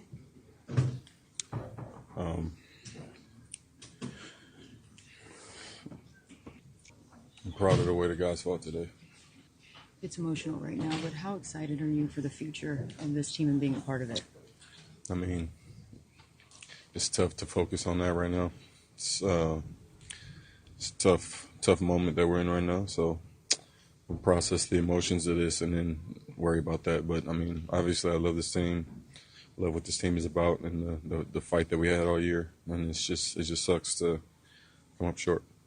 Yeah, you never know when you're going to be That's what devastation sounds like. Yeah, you never know when you're going to be 60 minutes from the Super Bowl again. And he's an older player, and he's had so many chances and still has never been to the Super Bowl. But good on him for answering. He didn't have to. Yeah, absolutely. A lot of guys would have stayed in the bathroom and not come out. Next year, Devontae. Yeah, I'm not thinking about next year yet. Well, you lost less than 24 hours ago. Of course you're not thinking about it next year. I'm stuck in a moment. But I can't you know get what, out of it. Mace, think about it. Yeah. Like, Devontae should have gotten more balls in the red zone. Yeah. He did catch one touchdown pass yesterday. Right. Who caught the other? I'm trying to think who caught the other ones. Kyron caught one. Puka. Puka caught one. The other one where he fell. On his and Devontae caught one, and that's it. Yeah, that's it. 3 touchdowns, and then they tried the 4th one to Terrence who Ferguson. was the tight end that had the drop? That's Colby Parkinson. Colby Parkinson. I mean, like, they didn't have That's any a big drops. They didn't. JSN was a little better than Puka. Not much, but a little. Seattle's defense is a little better than the Rams. Yeah, and Stafford was fantastic. Sam was a little better. Yeah. And then it comes down to turnovers and mistakes. And special teams. And the fumbled punt was just a death blow. Yeah, it was terrible. You end up down 11 on that. And the Rams answered right back, but you end up down 11. And by the way, had the Rams just fair caught that, their offense was cooking. They probably would have gone down and scored. Exactly, and taken a lead. All right, it is time, people, to let you talk. We're in the middle of Rams therapy today. If you're a Rams fan, we'll help you get through it. 213-799-0139. This is a special number we have only for today, right? 213 today and every other day till we pay the phone bill. 213-799-0139. Thoughts on the Rams game? Thoughts on the Patriots getting back to the Super Bowl? The Lakers weekend, McVay's play calling, Vrabel, would you cut off your you-know-what for a Super Bowl? All that stuff. Again, the number, 213-799-0139. You know, the big game is almost here, and there is no better way to cash in during America's biggest sporting event than on Prize Picks. where it always feels good to be right. And since the big game, oh, God, it's so hard to read this, but I will. Since the big game is right around the corner, without us, that also means it's your last chance to get into the football action before next season. Got to do it now on Prize Picks. All you got to do is pick 2 to 6 players, pick more or less on their stat projections, submit your lineup. Prize Picks also has got early payouts. If your lineup gets off to a hot start, you now got options to cash out those winnings before the game even ends. You can also copy lineups one click with the new social feed feature. Don't miss any of the action this season. You got your football, you got your NBA, you got your college basketball, all that stuff. Prize Picks, where it's good to be right. Download the Prize Picks app today. Use code MACE, M-A-S-E. Get $50 instantly in lineups when you play $5. That is code MACE, M-A-S-E, on Prize Picks. $50 in lineups when you play your first $5 lineup. Prize Picks, it's good to be right. Got to be present in certain states. Visit prizepicks.com for restrictions and details. Mason and Ireland, 710 ESPN. Sports, culture, and conversations that only happen here. The Macarena. What goes first? Something like that. DeMarco and Travis. Something like that. The Hips is the closer? Yes. Oh, my God, in Florida, Disney World. Paradise Cove. Something all like that. All the bars and whatnot, Yeah. and me and my wife at the time were just having a blast. And this song had just come out. It was everywhere, God. right? And there were people doing the dance. And I kept saying, "Hey, margarita. Hey, margarita." And the guy was getting so mad at me. It's not margarita. It can be. It sounded like margarita to me, and I wanted another one. That was fun. They're oh, my pretty God. good. Afternoons with DeMarco and Travis starting at 3 p.m. on 710 ESPN. The all-new ESPN LA app and on YouTube at ESPN Los Angeles. Hey, margarita. Hey, it's John Ireland. Watching a Lakers game is so much more than just a game. It's the moments before tip-off, the people you're with, and the food you're sharing. That's why I love BB-Go. Their food is bold and packed with flavor, so comforting and easy to share. Bowls for a quick meal, dumplings and fried rice for everyone at the table. Vibe on a wave of Korean food and culture with BB-Go. Look for BB-Go at your local grocery store, in the Asian and freezer aisles. BB-Go for it, and bring something different to the table. For a century, the Genesis Invitational has stood as one of golf's greatest stages, where legends rise and history is made. February 19th through 22nd, celebrate 100 years of championship golf. Experience the drama, the tradition, and the moments that define the Genesis Invitational. Tickets at genesisinvitational.com. Progressive presents the Passionate Sports Fan Checklist. Signed jersey of your favorite bench warmer? Check.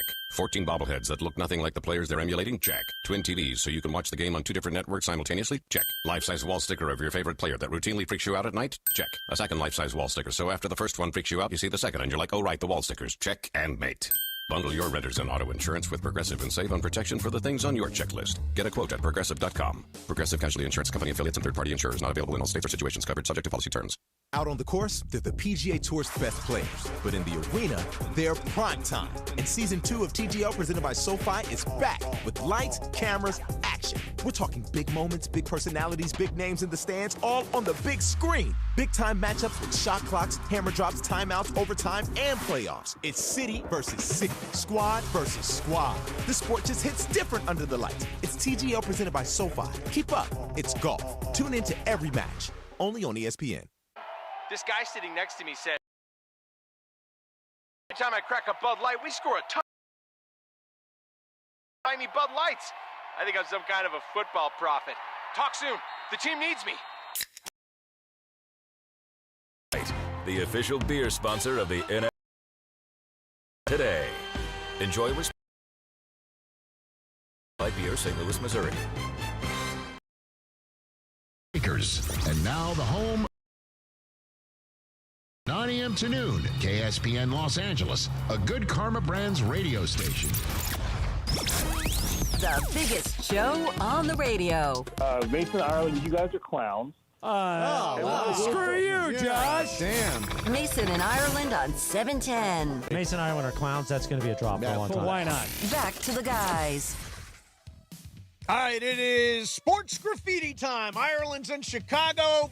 All of us back here in L.A., where it's Kind of a sad day because the Rams lose. Hey, at least it's not 6 degrees. There you go. Yeah, we got that going for you. Let's start out with Jim in Chino Hills. Hey, Jim, you're on Sports Graffiti. What's up, man? Hey, guys. How come I don't understand why nobody is calling this out on McVay? Okay. When we scored a touchdown, we were down by 4 points after the extra point. Yes. Twice he went down there. Why didn't he go for 2? If he we talked about this earlier. Yeah, we did talk about it. You're absolutely right. It was 100% the right thing to go for 2 there, and he did not. So that is absolutely fair criticism. And aren't you guys? Don't all these teams have quality control coaches where their only job is to point stuff like that out to the head coach? It is actually interesting because I think that McVay did hire one maybe 2 years ago. I don't know if he's still with the team, but I know that it was a point of emphasis for him at one point in time, but it didn't seem to change anything. Yeah, Jim, any other points about the game you want to get in? Yeah, I got Shula. I hope somebody picks up Shula. The guy, I don't think the guy knows what a blitz is. I mean, every time he blitzed, he put Darnold in a bad position. Look at the 49ers. They didn't have a team, but what did that coach do? He said, okay, my DBs are no good. Yep. Okay, let's just put the pressure on them. Yep. By the way, I don't disagree with this. I think they should have been blitzing more, especially with our secondary. Blitz more. Knock Sam Darnold around, make him feel it. If you look at what the Patriots did to Stiddy, that's what the Rams should have done to Darnold. Yeah. They were blitzing him the whole game. Let's go to, I think it's Keaton in Huntington Beach. You're on Sports Graffiti. What's up, man? Hey, I love you guys. Thanks for taking my call. Sure. I just wanted to get your thoughts on what if they kicked a field goal instead of tried for the 4th and down with, I think there was 4.5 minutes left. I think a good clock management would have given them more time to kick a long field goal. Okay, so here's the issue with that. No matter what, the field goal pulls you within a point, right? But you've got the ball in the hands of your very best player, the guy who's gotten you to this moment. I am not a big believer that the field goal was the right thing there. There are people that do. There are people that say, oh, yeah, you got to kick a field goal in that spot. Because you put pressure on the Seahawks to be able to make – they probably would have been a little more aggressive themselves and maybe not just play to waste out time. They play to actually score. Well, you put them on a really long field as opposed to kicking the field goal and then potentially them being at the 35. So that's a much shorter field for them. So that's another aspect is the field position aspect of that. Let's go to Scott in New York. What part of New York are you in, Scott? In Manhattan. How Nice. you doing, guys? Good, man. How you? 50-year Rams fan. Very, very, very disappointed. Yeah. Very. I felt this year this was the team that was going to win it all. And I've been following this team, like I said, for 50 years. Very, very disappointed, guys. But, you know, I feel we have to completely blow up that secondary. That secondary has got to go. We got to blow up that secondary. And really, we lost this season by losing that Thursday night game. Yep. Once we lost that number 1 seed, I felt it's so hard to win 3 road games in a row. Yep. Yeah, this is an excellent point Yes. that we probably didn't talk about enough when it happened, that had one thing gone right in that 39-38 loss at Seattle on Thursday Night Football, that game would have been in L.A. Yeah, like that stupid 2-point conversion. Where they blew the whistle. Well, they blew the whistle. Oh, Mace, it's inadvertent. They converted 3 Thanks for the call, Scott. 2-point conversions. Yes. 3 of them. But, I mean, the one, literally, Zach Charbonnet just walked over to the ball. Right. Which shouldn't have happened. Yeah, if you don't blow that 16-point lead in Seattle in Week 16, I think you get that game at home, and I think you win. Let's go to Jay in L.A. Jay, you're on Sports Graffiti. Hey, Jay. Hey, guys, 2 things. What are the chances that special teams receiver is going to be there next year? And to Ireland, you're saying the special that teams coach? No, he's saying that you're talking about Xavier Smith. Right. Yeah, I don't know if he'll be there or not. I'm not sure. You know, and then you were going to say, I cut you off. You were going to say something. You were going to ask me something else. Sorry, I dumped him. Ireland, you keep mentioning that, they should they're going to possibly put up maybe, who you're talking about, Fisher? Yeah. And who was the other player? Well, I don't, let me clarify. They aren't possibly going to do it. I'm just saying that's what I would consider doing. Their rule is if you make the Hall of Fame, you get your number retired. If you don't, you don't. And I have no insight that they're going to change that. But if it were me, I would consider Orion Fisher. All right. Let's go to we got a big contingency in Dallas today. Let's go to Justin in Dallas. You're on Sports Graffiti. What's up, Justin? Hey, guys. Hey, I got four things, so I'll try to run them down real quickly. Okay. So, first of all, great season for the Rams. You know, we could shoulda, coulda, woulda this game all day long, but I'm with you guys. I'm bummed that we lost, but, you know, it's great season. Congrats to the Seahawks. They deserve to win. Second, question for Emily. What do you think of the Mike McCarthy hire in Pittsburgh? Good question. That's a great question. Yeah, 3, go Lakers. Oh, go ahead. Go ahead. You want to get Justin? If you want to get your 4 out, get your 4 out. Get your 4 out. Yeah. So you can move on. Yeah. So go Lakers. Shout out to Luka Dončić. You know, and that gesture he did by giving those autographed jerseys here for the Dallas fans. I will tell that story coming up, Justin. It was spectacular, but I don't think Mace and Emily know that yet, so I'll tell them. And then you have one more thing. Yeah, real quick. Yeah, last but not least, this is a reaction to your before the growl topic. We were talking about how we treat versus places like Chicago and the Northeast. Right. Like, it seemed to me, Justin, when I was there, that the city of Dallas was unprepared to handle it. I wouldn't necessarily say we're unprepared. We just handle it a little more lax than the Midwest Northeast. Simply because we don't get snow like they do. It only snows like maybe once a year, and we don't even get that much of it. You lived in Beaumont, right, John? Yeah, I did. I got snow maybe once in 5 years. Yeah, that was exactly. Weird. All right. That was weird. All right, thanks. Emily, what do you think of the Mike McCarthy hire? Right. By the way, Justin just basically talked around saying that they were unprepared because they don't get it often, so that's fine. But by far the stupidest thing that the Steelers have done in a very long time. It is so unbelievably short-sighted, dumb, uninspired. Who would you have liked them to hire? Anybody else. But Nate Shieldhouse would have been great, I think. Honestly, Mike LaFleur, I would have rather them have an offensive mind. Yeah. The thing is, everybody wanted Mike Tomlin fired. I think everyone, including in quotes, you. Yes, because it was stale. It wasn't working anymore. He was losing. He was doing great in the regular season and losing the playoffs. He's a good coach. Just was stale. Stale. Who else is Who's stale? Mike McCarthy.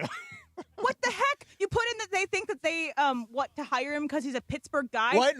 No. Because they've got Aaron Rodgers, and now we're in an Aaron Rodgers window. And Mike he's McCarthy a Pittsburgh has guy. won with Aaron Rodgers. Who gives a you-know-what if he's a Pittsburgh guy? Pittsburgh. Get somebody that works for your franchise. Aaron Rodgers is going to be there one more year. Yep. All right. Are you feel complete? You feel better now? So you've got all week stupid. to vent. We got a long week. You got all week to vent on this. Let's go to TJ in LA. Hang on a second. TJ, you're on Sports Graffiti. Actually, no, this is Ted in Alabama. Hey, Ted in Alabama. What's up, Ted? Hey, fellas. I just wanted to quickly say, what are the chances of Stafford, after he hangs it up, that Stetson Bennett could be the starting quarterback there? And also, I wanted to know who you think they might go after in the draft of the first round, maybe a DB or some kind of surprise. Good questions. Stetson Bennett will never be the quarterback of the Rams first. Stetson Bennett, to me, looks like he could have a career in the NFL. But, Mace, I would look at his career arc similar to Case Keenum's. He may get an opportunity here and there to start, but I think he's ideal for a backup quarterback. Yeah, no chance. He's not even a backup quarterback. He's ideal for a third quarterback. He's not going to be a backup quarterback anywhere in this league. You think he's done? I think he is a third-string quarterback because the Rams like him. Well, remember, a lot of teams don't – now with the salary cap, a lot of teams don't want to spend a ton of money on their backup. Yeah, but I don't know. I've seen Stetson Bennett in the preseason. Didn't he play every snap of the preseason? Yeah, and that tells you something if you play every snap of the preseason for Sean McVay. He's literally our preseason quarterback. Let's go to Tony in North Hollywood. Tony, you're on Sports Graffiti. What's up, Tony? Good afternoon. Thank you for taking my call. Sure. I was listening to the conversation earlier about Derrick Rose, and the comparison I would make to him is Dale Sayers. Never won a championship, but had a great career in Chicago. Yeah, but even shorter. That's a really good comp. Gale Sayers' career was even shorter than Derrick Rose's. Yeah, and you can even make a comparison to Terrell Davis, though he did win a championship with Denver. But I think Derrick Rose being in Chicago's Hall of Fame totally makes sense for the city of Chicago. Yeah, I agree with you. And now I'm sitting here and I'm around these people and I've been talking to them about it. And they feel good about it. Yeah. So let me tell you guys the Luka story. Yeah, tell the Luka story. All right. So when Luka got traded, there were several Mavs fans that went over the top to support him. There was one Mavs fan who showed up. Remember they had a fake funeral outside of American Airlines Center after Nico traded Luka, like our team is dead, and these fans went down there and were showing up. Luka and his team, the team at BDA, Bill Duffy is his agent, and Larbeth Seeger, who is Luka's chief of staff, and those two are just really good at their jobs. Yep. Luka asked them, find me, I'm going to buy a suite at the Mavs-Laker game. Find me 22 people that supported me when the Mavs traded me to the Lakers. And Larbeth and her team combed through all social media and found 22 people, contacted them, invited them to a suite. When they got to the game, they surprised them with a meet and greet. Luka came down, gave them all signed jerseys, his new shoes, and paid for the suite. They eat, drink, whatever. Luka picked up the whole tab, and nobody really would have known about it had the fans not gone social. The fans all said, I can't believe this. I'm trying to figure out if this is real. I just got a call from Luka's team or an email from Luka's team. I think I've got a ticket to the game tonight in a suite. And he just picked 22 random people. Wow. That's the type of thing that, nobody told him to do that. No. And he just gets it. He gets it. He's classy. That's just a classy move. Yeah, and I mean, these people were, if now that I've told you guys this story, you can go down the rabbit hole and look at the pictures and the smiles on these people's faces. That it was kind of like when Luka gave everybody the e-bikes. Nobody knew he didn't have to do that. Nobody knew they were coming. Paying for parking here at Crypto for the fans. Yeah, and when the fires, he gave $1 million to fire relief. This dude he's very appreciative for his place in the world. He's got an A-plus team working with him. Yep. And he continually does these things. And by the way, the thing that impressed me the most about this, didn't tell any of us, didn't tell any of the traveling party. The only way we found out about it is that the fans started sending out stuff on social media, and we all went to Luka and Larbeth and said, hey, did you rent a suite? And Larbeth goes, yeah, and here's how we found these guys. And they wouldn't, I mean, it was just awesome. He just gets it. And by the way, in case you weren't listening earlier, just named about half an hour ago the Western Conference Player of the Week. That's awesome. Yeah. Luka Palooza. Tonight in Chicago. Coming up next, this may be one of the most improbable championships in our lifetime. I'll explain. Coming up next, Mason and Ireland, 710 ESPN.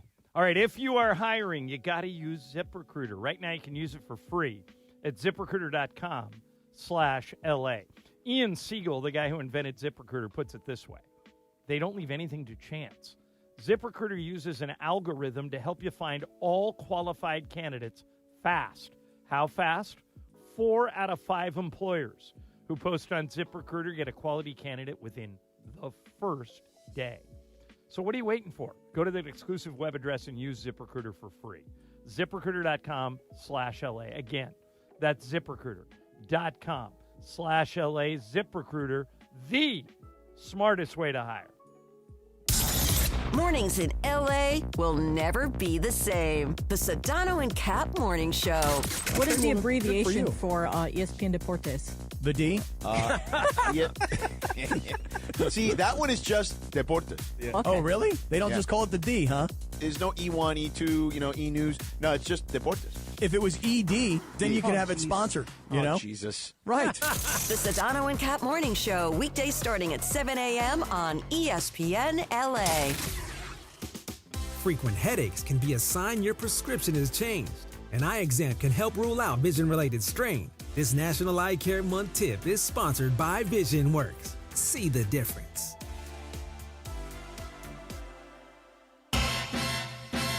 Valentine's Day is near. Or is that a meat lover's pie from Good Times Pizza Company I smell? I'm in love. Now your top reasons to visit Morongo. Did I mention Valentine's Day and the dining?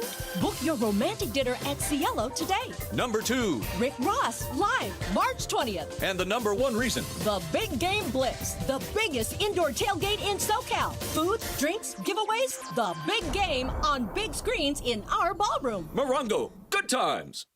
Not sure what to do this week?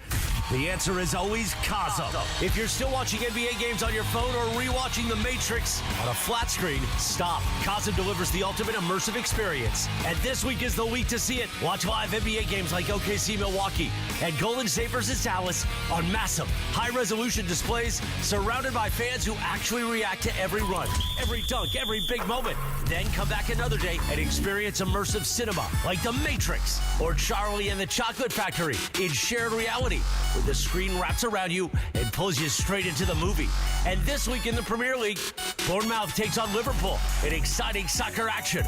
And this weekend in both the Dome and Hall, the AFC and NFC Championship games. The Hall features wall-to-wall multi-view sports, so you can catch every game at once with no remote required. There's a full menu of local food favorites, craft cocktails, and beers. And top it off at the Deck, Kazam's panoramic rooftop bar with incredible views. Get tickets and full event details now at Kazam.com. That's your Kazam calendar. ESPN LA family, on personal injury attorney Joseph S. Normand. 2026 marks 15 years that you've trusted me to represent you. When you're hurt and down, I'm honored to fight for you in personal injury cases when it matters most. Numbers don't lie. I'm the real deal. The voice you hear is a voice you get. If you've been injured in an accident, call 213-747-1234, 213-747-1234, or visit normandlegal.com. Normand Legal, built on trust, proven by results. Welcome back to Yeah, That's a Pepper Thing. First up, we've got Harrison wrapping his Dr. Pepper in a tiny quilt so it feels at home. Oh, how tender. That's a Pepper Thing. And over to Becca, who's whispering affirmations to her can. You're sweet. You're unique. You're the best thing I ever poured over ice. She swears it makes it taste better. It's not a science thing, but it's a Pepper Thing. Why do they all do it? All for that sweet, delicious, truly one-of-a-kind taste of Dr. Pepper. It's a Pepper Thing. My name is Whitney Allen. I am a widow. My husband, Ryan, died. We never thought in a million years we'd have to use life insurance. The unexpected happened. With Ethos, it is so fast and easy. It's 100% online. You can get a quote in seconds, apply in minutes, and get same-day coverage. No medical exams, and you can get up to $3 million worth of coverage through Ethos. Get your free quote at ethos.com/game. That's ETHOS.com/game. Time spent on application may vary. Online health questions required. Steve Mason and John Ireland. No, I am Captain Spicy. You are not Captain Spicy. I am Captain Spicy. The OGs of LA Sports Radio. Absolutely full of crap. Okay, good. Okay. I like this. Mason and Ireland rolls on.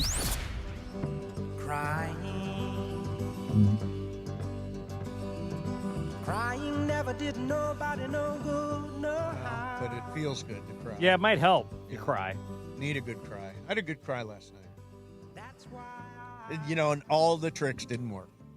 The chicken parmesan, the lucky sweatshirt, the lucky hat. I thought the lime. I ate the lime. Which, by the way, you have no money again. Right. I have no money again. I was going if we had won that game yesterday, John, I would have eaten another lime before the Super Bowl because I would have assumed the lime was part of the winning magic.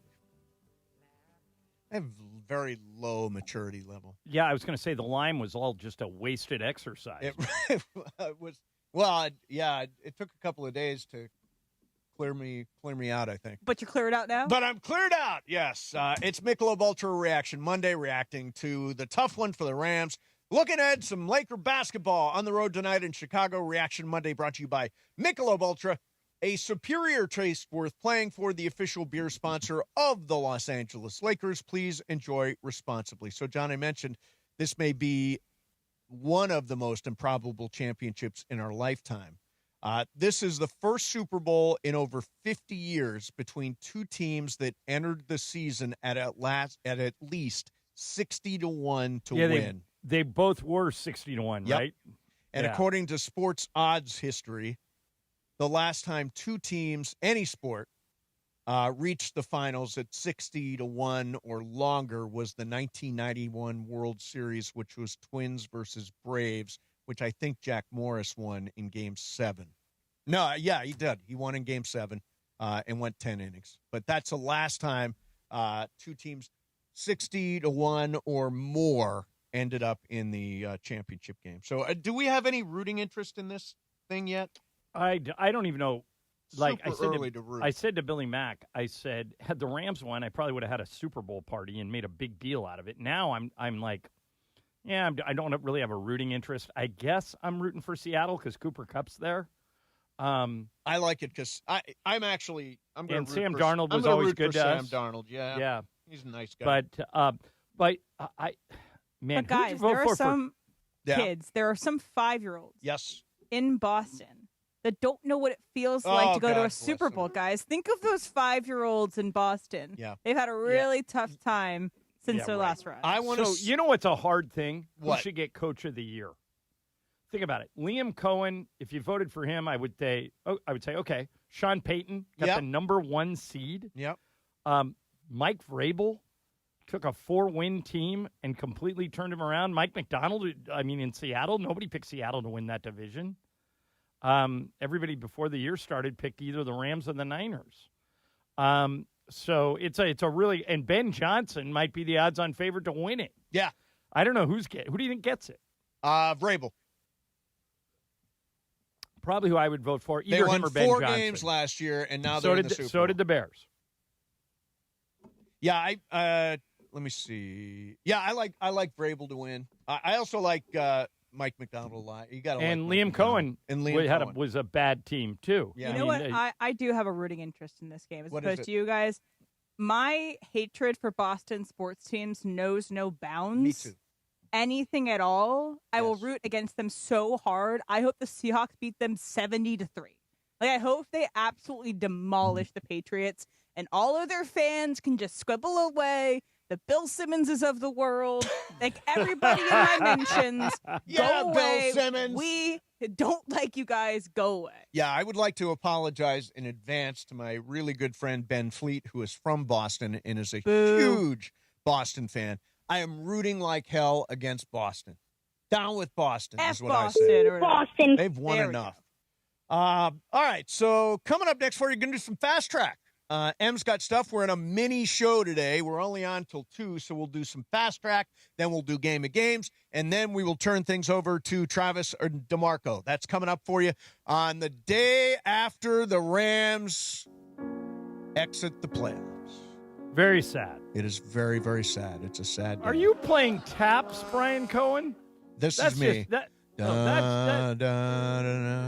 just me. All right, Fast Track is next. Mason, Ireland, 710 ESPN. So, Mace, you're driving home. Yes. You're on the 405. You're thinking about ordering chicken parmesan for the 17th consecutive chicken night. parm, exactly. Traffic stops, but the car behind you doesn't. In 1 second, smash. Damn. Your whole week just changed. Yeah. If that happened to you, what would you do first? Well, I know what I would do.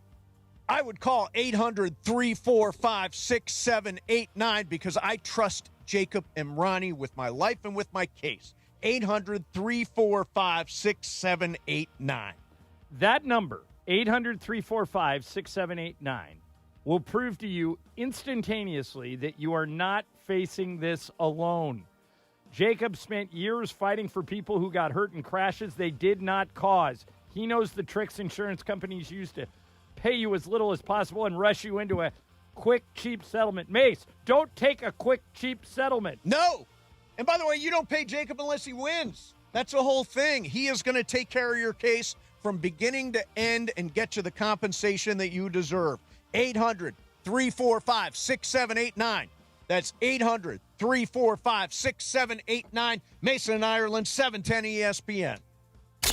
It's DeMarco Farr and Travis Rogers for your afternoon drive. Really? No, I can't say that. Are you serious? No, you didn't know that. That's his name? It is. Thomas Crapper invented the portable toilet. He sure did. I thought it was just...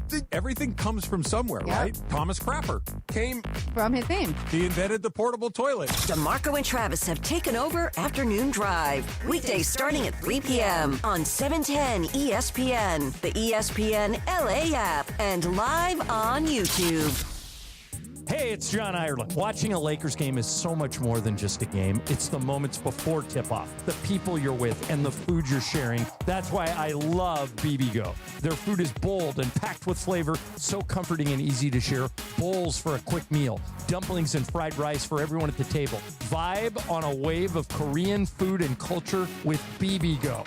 Look for BBGO at your local grocery store, in the Asian and freezer aisles. BBGO for it, and bring something different to the table.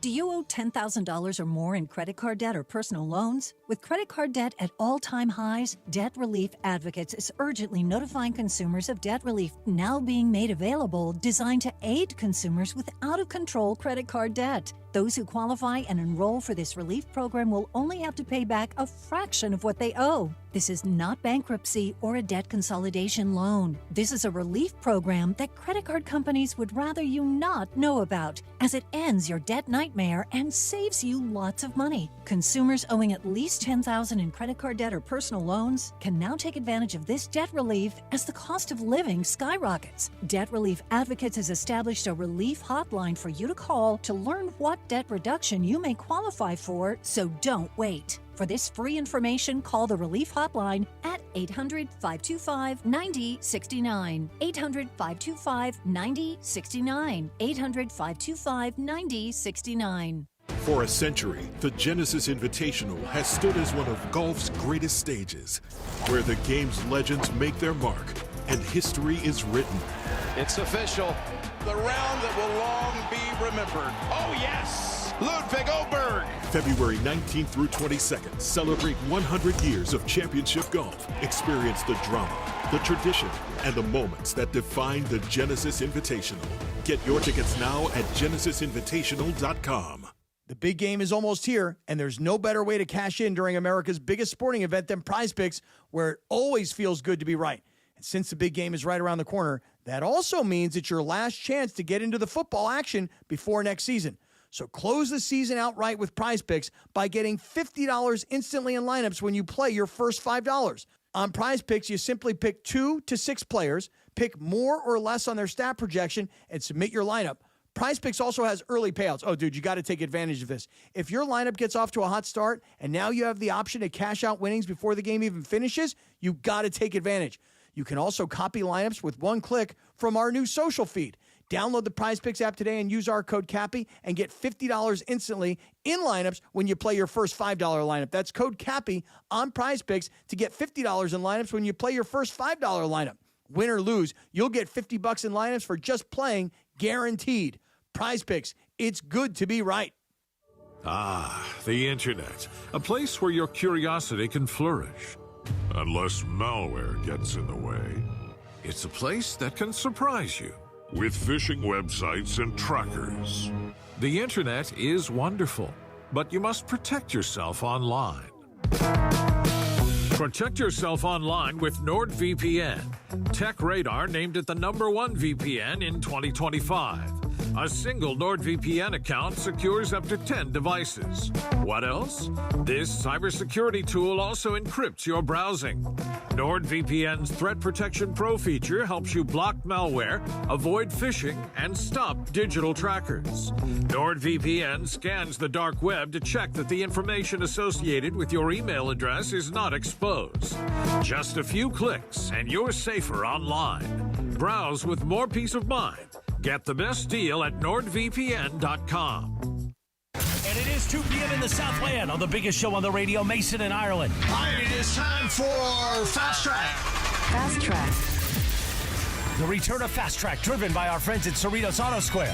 Why do more people buy their car at Cerritos Auto Square than from any other location in Southern California? Easy. With 24 dealerships side by side, car shoppers can find the right car at the right price at the right location. Cerritos Auto Square. Learn more at CerritosAutoSquare.com. Time for Fast Track. Down low is 350Q, 3 1/4 horsepower, 4-speed, 410 gears, 10 coats of competition orange, hand-rubbed lacquer with a blue plane manifold, open race cams. Fast Track on Mason and Ireland. Time for Fast Track. Take it away, Mace. Zoom, man. Before I get to my Fast Track, what's on tap today on ESPN LA? Lakers Bulls tonight from Chicago. The Toyota Lakers Countdown with Beto Duran starts at 3:30 p.m. The tip-off at 5. Hear it in your afternoon drive on 7:10 a.m. or in crystal clear digital audio on the ESPN LA app. Brought to you by Michelob Ultra, a superior taste worth playing for. The official beer sponsor of the Los Angeles Lakers. Please enjoy responsibly. So, over the weekend, an incredible feat happened. And I think a lot of us either watched it live, maybe watched it afterwards. Yes. At least we all saw it on social media, I'm assuming. So Alex Honnold, who is the free solo climber, he was the subject of Free Solo, the documentary that won Best Documentary at the Oscars a couple years ago. He climbed Taipei 101, the tallest building in Taipei. All right, did any of you guys watch this? I did not. I did. Brian, all right, you live, did. So, Brian, before Emily asks her question, I heard that it was raining in Taiwan, and that thing got postponed for 3 weeks, and then the next thing I heard was he did it. What happened to it got postponed, Em? It was supposed to be Friday, was supposed to be the day, and the weather was too bad, and he ended up doing it. He got the weather green light on Saturday, so he went and did it. So, Em, what was your question? I hijacked you. Oh, it's all good. At one point in time, too, if you didn't see it, he even goes two hands off of it. He was just holding on by his legs. He's crazy. He has a wife. I believe he has children. But this is what he likes to do. He apparently only got paid $500,000. I think this is way too little to be paid for this feat. Yeah. What do you think? I think climbing up the side of a building should be $1 million. Now, Netflix has the printing thing. money. If you were doing it, yep. If this is what you do, and Netflix came to you and said, "We'll give you $500,000 if you do it live on Netflix," wouldn't you still take it? Oh yeah. I mean, this is a worldwide platform. But it's Netflix. They're printing money. They could have at least paid him $1 million. Well, how many people watch the guy climbing up a building? Yeah, if it hits, I bet you next time. This is the old Simon Cowell thing. When American Idol was put on TV as a pilot, he refused to sign a contract because he said to the executives at Fox, "You don't know what you have. I'll do the show and you'll see, but wait till you see what this is." When they figured out what it was, then Simon held him up for all the money in the world. Now this guy, Alex Honnold, can do the same thing. Now that he's done it, if Mace, it popped. Yep. He can ask for the moon next time. So here's the thing. What if he had fallen live on Netflix? He's dead. Well, it's the same. It's the same thing. Seriously, the risk the risk of a splat is high. But wait a minute, isn't this the same as when we were growing up and Wild World of Sports always had Evel Knievel? Just what I was going to say. That's who we need to come back. We need a new Evel Knievel. Alex Honnold. Yeah, this is it. But I would like to see the actual. Look, I would much rather watch a guy trying to jump over 25 cars or whatever it is than watch Jake Paul beat the hell out of some old boxer. Right. Didn't Travis Pastrana start to do stunts like that after a while? To do that. Yeah. I don't know if anybody's doing it, like jumping the Caesars Palace fountains and stuff like that. I do think this is somewhat more interesting because that only takes 5 seconds, but this takes 90 minutes to do. And, you can see, like, they even had his wife, like, inside of one of the levels, and you can see that she was, like, watching him go up. I don't know. It's very compelling.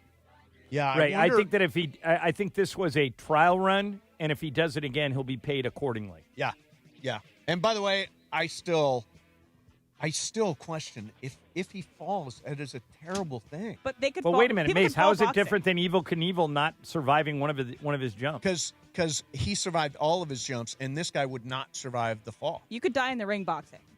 You could, but again, this is the side of a building. You can fall and splat real easy.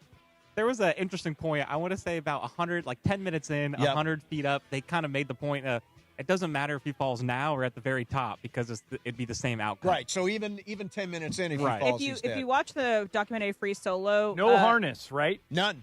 Yeah, none. The filmmaker wrestles with this, the ethics of recording his friend while doing Free Solo and El Capitan. So if you're interested in this topic, I would suggest you watch it. I believe it's on Disney+. Yeah, Free Solo is an amazing movie. An amazing movie. By the way, just a quick follow-up. According to Kalshi, which is like a Polymarket thing, Vrabel has an 85% chance of winning Coach of the Year. Mike McDonald, 13%, and Ben Johnson, 2%. So pretty heavy on Vrabel. I also wanted to mention, John, I had a master stroke of a fantasy basketball trade I want to throw at you. Okay, lay it on me. It's done? The trade's done, or you're contemplating it? Okay. So remember, these are keepers, and they're really... Don't tell me which players were yours. Just tell me what the exchange was. Okay. Kaishan George and Alex Sarr for Alpi Şengün and Chet Holmgren. The person that has Alpi Şengün and Chet Holmgren wins the trade. By a lot, right? Yep. I mean, Kaishan George. You? Yeah, that's me. These are guys that you can keep. Kaishan George and Alex Sarr. So Alpi Şengün is a stats machine. Yes. And Chet Holmgren, you get points for blocks, right? Yeah, you get points for blocks. Yeah. Yeah, so Chet's going to have points, rebounds, and blocks. I think if that's who you got, if you ended up with Chet Holmgren and Alpi Şengün, you won that trade. Yeah, I am, and I think those other guys are good, and they play on bad teams, and they might put up numbers, but also the team could bench them and play kids. Or play, exactly. They're kind of. And by the way, Mike Trudell pointed this out to me on text. He said, "Yeah, I mean those guys, Kaishan George, Alex Sarr, are having pretty good years, but Washington's going to have a top draft pick, and that guy's going to play next year, so those guys may not be as valuable." BC, what do you got? Fast track. So some of the news out of the NFL today that has a lot of people kind of in an uproar. Okay. Shedeur Sanders is apparently going to be added to the Pro Bowl roster as a replacement. I will say. But an interesting note, the first fifth-round rookie to make the Pro Bowl since Rams only Puka Nacua. Kind of got people seem to be very upset here about him being on the roster as a replacement. He only played a handful of games. But my whole thing is, does anybody even watch the Pro Bowl games anymore? No, and it's not even a game, Brian. Flag football. It's a skills competition at this point. And flag football. But I'm happy for Shedeur. I mean, he went through that embarrassment of draft day, and then when he got in there, he was not terrible. He wasn't great, but he wasn't terrible. And by the way, good for him. What the NFL wants for this Pro Bowl thing is eyeballs, and I would imagine Shedeur draws a few people to watch himself because he is he's. I think Shedeur's going to compete for the starting Browns job next year. I do not. You think they're going to cut him? I think he will be a backup. What do they do for a QB? I don't know, John. It's very early in the game. They don't even have a coach yet. I can't. Maybe they'll draft 3 more. Yeah, maybe. Yeah, exactly. All right, I wanted to get to one last thing here. Oh, yeah. I'm on the YouTube chat. I've not been in the YouTube chat for a while. Boy, I haven't got in there in many moons. Here's one. You're the only one they like. Yeah. So This guy says, I blame Mason's unwashed hoodie for the Rams loss. And this one I think is really interesting. I want a crash out of DeMarco Farr or Travis today. I was expecting one from Mace, but I think he took a gummy before work. Yeah. By the way, my reaction to this game is not nearly as bad as it was to the Week 16 loss at Seattle. If you want to crash, listen to me and Sports Graffiti talking about Mike McCarthy. Yeah, Mike McCarthy. That's a crash. That's a crash right there. All right, real quick. Do we have time for this? Nah, let's not. Let's do Game of Games. John, it is your game today. Yes, and it has to do with where I am. Okay. That's my hint, okay? Excellent. But first, let me tell you about National University, born and built right here in Southern California. NU has more than 150 degree programs. Here's what they're about. They're veteran-focused and veteran-founded. So if you went in the military and you didn't have time to get a college degree and you don't think you have time to now, National University makes that possible. They make it achievable with 4 and 8 week online courses, a great transfer credit policy, millions handed out in scholarships last year alone. If you are what they call an ander, you have a family and you have a job and you want to get a college degree, they're here for all your ands. Whole team support, professors, advisors, resources to keep you on track. I met all these guys, spent 4 or 5 hours with them. They're great and they want to help you. If you think this is for you, go to their website. It'll answer any questions that you have. nu.edu. nu.edu. They're a proud sponsor of the Lakers, proud sponsor of ESPN LA. nu.edu, National University. It's DeMarco Farr and Travis Rogers for your afternoon drive. So I went back to my old barber. So this is my normal haircut. This is I didn't think this was Doc Rivers. Doc Rivers has it looks like he's balding. Can I weigh in on this? Yeah. What? When I saw you yesterday on the big thing, I'm like, we got the Doc Rivers again. DeMarco and Travis have taken over Afternoon Drive. Weekdays starting at 3 p.m. on 710 ESPN, the ESPN LA app, and live on YouTube. Play your perfect combination at Pechanga Resort Casino. See for yourself what made readers of Newsweek and USA Today name Pechanga the best casino outside of Las Vegas. When you're a guest at Pechanga, you're treated to world-class resort amenities, exceptional entertainment, dining, spa, golf, and of course, 24/7 gaming excitement. The casino floor is huge. 1,100 hotel rooms and suites. It makes Pechanga one of the largest in the country. Just off I-15 in Temecula. Visit Pechanga.com or call this number. 888-PECHANGA for reservations or more info. Hey, it's Mace. Watching the game at home is fine. Cosm Los Angeles is next level, massive, high-res displays, real fans, real energy. Step into the dome. You're not watching the game, you're in it. Wraparound screens, reserved seating, total immersion. There's the hall, delivers live, multi-view sports, every game, every moment. Craft cocktails, local favorites, plus the deck, rooftop bar with can't-miss views. Football, NBA, Premier League, UFC, immersive movies. This is how sports are meant to be watched. Get tickets now at Cosm.com. We expect our information in real time. US Med carries continuous glucose monitors, which provide real-time readings of blood glucose levels. US Med is an approved provider for Medicare and over 500 private insurers. So call 888-665-0696 today for a free insurance and Medicare benefits check as easy as... That's 888-665-0696. From 30 for 30 Podcasts.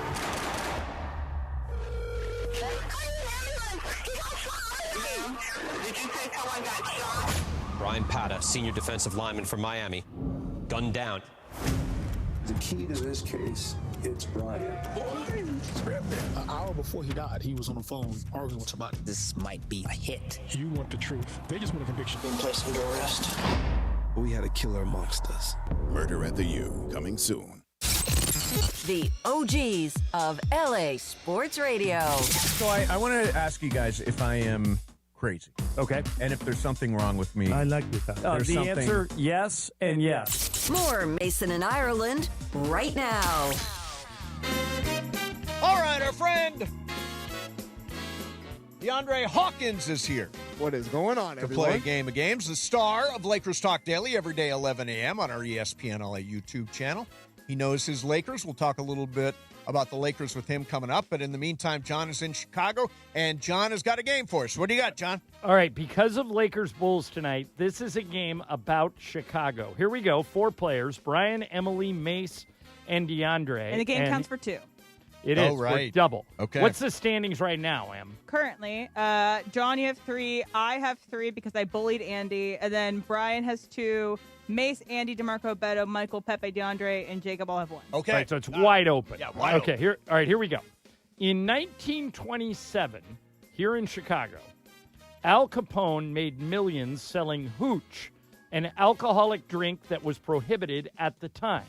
How much money did Al Capone make selling hooch? A, 20 million, B, 40 million, C, 60 million. Brian, 20, 40, or 60 million? 40 million. Emily. And this is not converted, right? Correct. I'm going to say 20. 20. Mace. I'm going to say 20 million in hooch. DeAndre. 20 million. Y'all missed it. He made 60 million. He was just printing money. Hooch. All right. Question 2. How did Chicago get its name, the Windy City, its nickname? A, the wind blows consistently at least 5 miles an hour, a record 279 days a year. B, legendary Chicago sports announcer Jack Brickhouse coined the phrase after the wind at Wrigley Field started blowing home runs back into the field of play over and over again. C, a local newspaper reporter claimed that all the local politicians were full of hot air, and that gave the city its nickname. So, Emily, the wind blows consistently, Wrigley Field blowing balls in, or the politicians were all full of hot air? A, B, or C? B. You're going Jack Brickhouse. Mace. I am going to go wind blows consistently. Okay, A. DeAndre. I'm going with A as well. Okay, Brian. Wrigley Field. Y'all missed it again. It was the Full of Hot Air. Wow. A local newspaper reporter said. That one sounded so made up to me. It sounds like a John made up. Yeah, that was the right answer. Yeah. Hey, you guys are all alive for Lucky Losers. Let's go. All right, here we go. Tons of great movies have been set in Chicago. Which one of these movies is the oldest? In other words, it was made before the other two. Okay.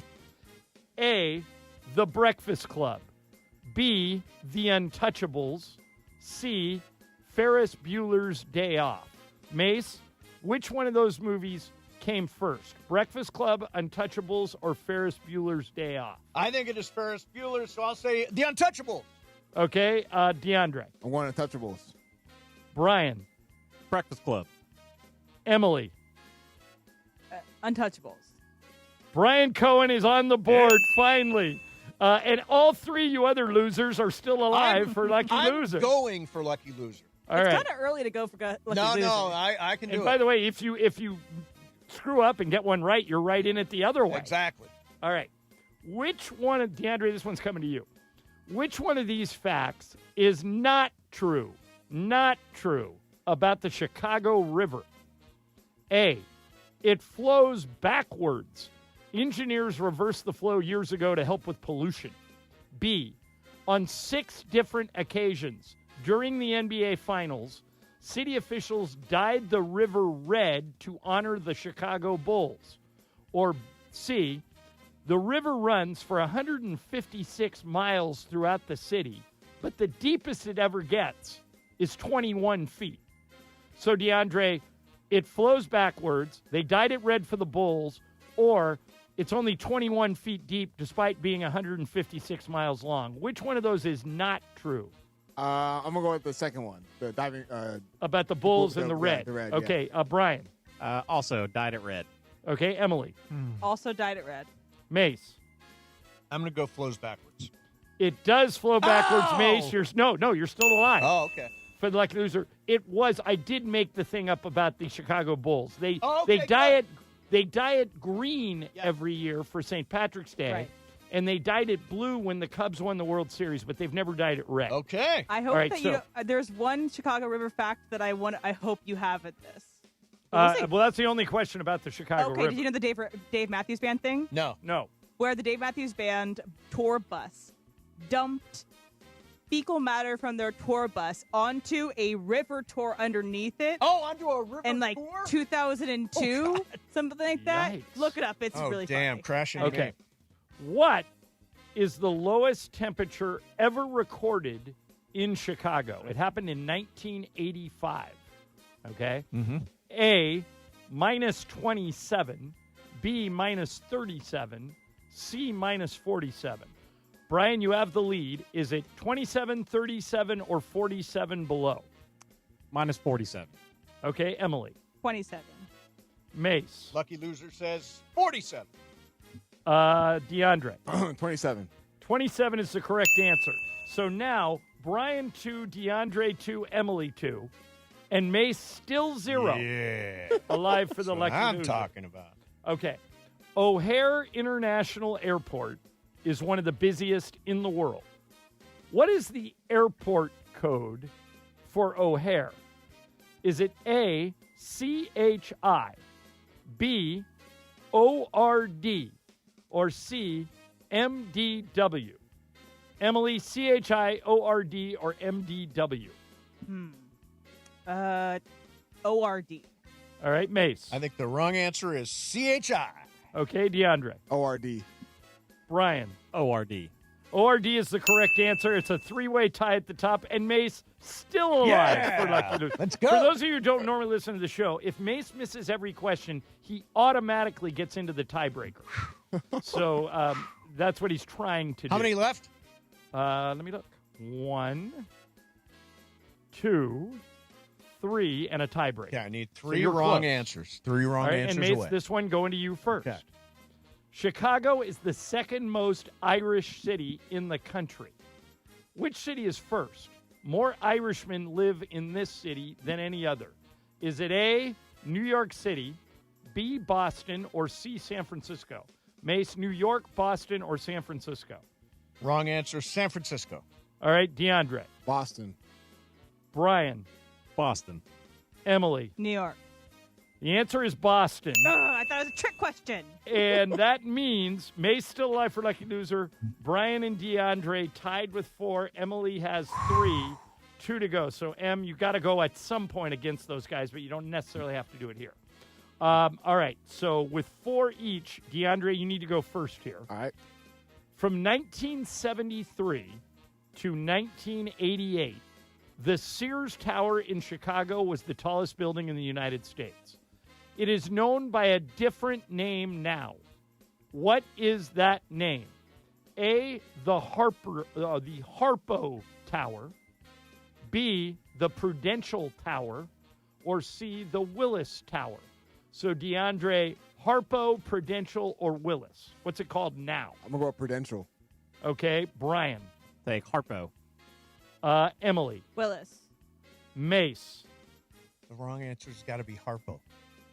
The wrong answer is Harpo. Yes. That's Oprah spelled backwards. Yes. And Mace is still alive with 1 to go. Em, you have tied the other 2. So we could have a situation here where all 4 of you go to the tiebreaker. Oh, wow. Depending on what happens here, last question before the tiebreaker. Only one of these 3 people was born in Chicago. The other 2 were born somewhere else. Only one of these 3 born in Chicago. Who is it? A, Walt Disney. B, Vince Vaughn. C, Oprah Winfrey. Which one of those people was actually born in Chicago? Walt Disney, Vince Vaughn, or Oprah Winfrey? Emily. Walt Disney. Brian. I think it is Walt Disney. DeAndre. Yeah, I'm going to go Walt Disney. Mace. Wrong answer, Oprah. Oprah was born in Mississippi. Vince Vaughn was born in Minnesota. Walt Disney is the correct answer, and all 4 of you are going to the tiebreaker. That's awesome. All right, here it is. Get something to write with. Yep. Get something to write on. Ready. We've talked a lot about baseball payrolls on this show. 10 years ago, in 2016, what was the total amount of the Cubs' payroll the year they won the World Series? Total amount of the Cubs' payroll.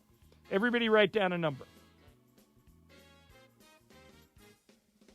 Don't tell me what it is, but Brian, do you have a number?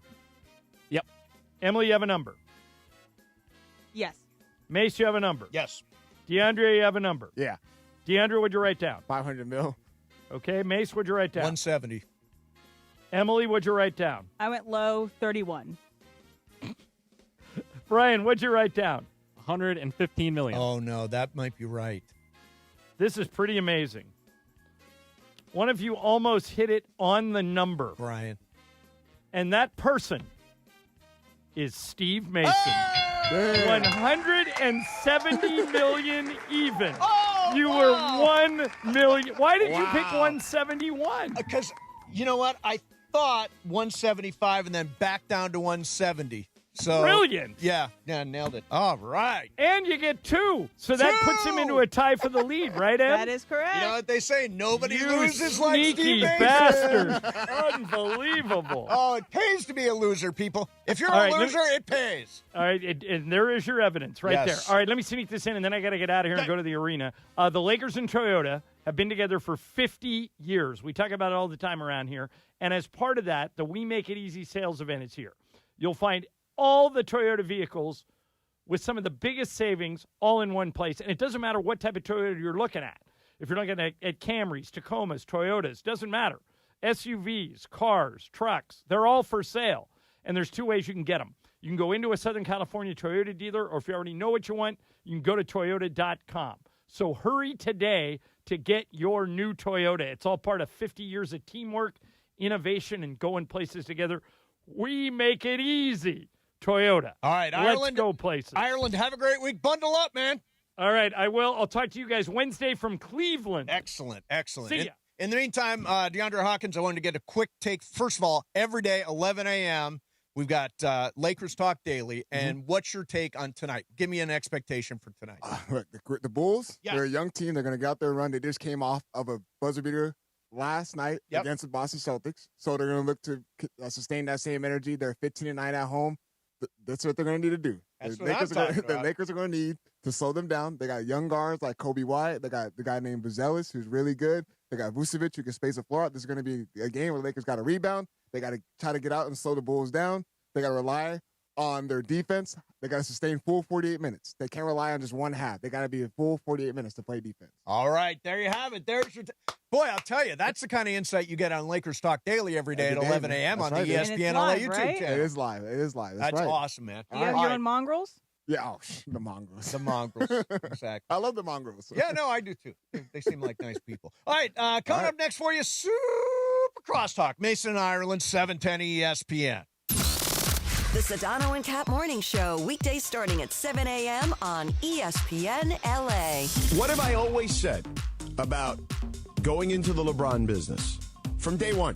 Remind me. All right, I'll just say it. When you're in the LeBron business, you are expected to push the chips to the center of the table every time, okay? That is what you signed up for, because that is who he's been. Hang with Sedano and Cap every weekday morning starting at 7 a.m. on 710 ESPN. What a year for LA sports. The Dodgers' epic Game 7 World Series victory. Shohei's unbelievable 3-homer, 10-strikeout playoff masterpiece. Luka Dončić joining the Lakers. Were one of those your top sports moment of the year? Or was it Kershaw's emotional final game at Chavez Ravine? LAFC landing Sung Hung Min or something else? Cast your vote at lasports.org/vote. Winners will be announced at the Los Angeles Sports Council's 20th Annual LA Sports Awards on January 28th.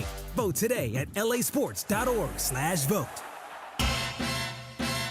Valentine's Day is near. Or is that a meat lover's pie from Good Times Pizza Company I smell? I'm in love. Now your top reasons to visit Morongo. Did I mention Valentine's Day and the dining?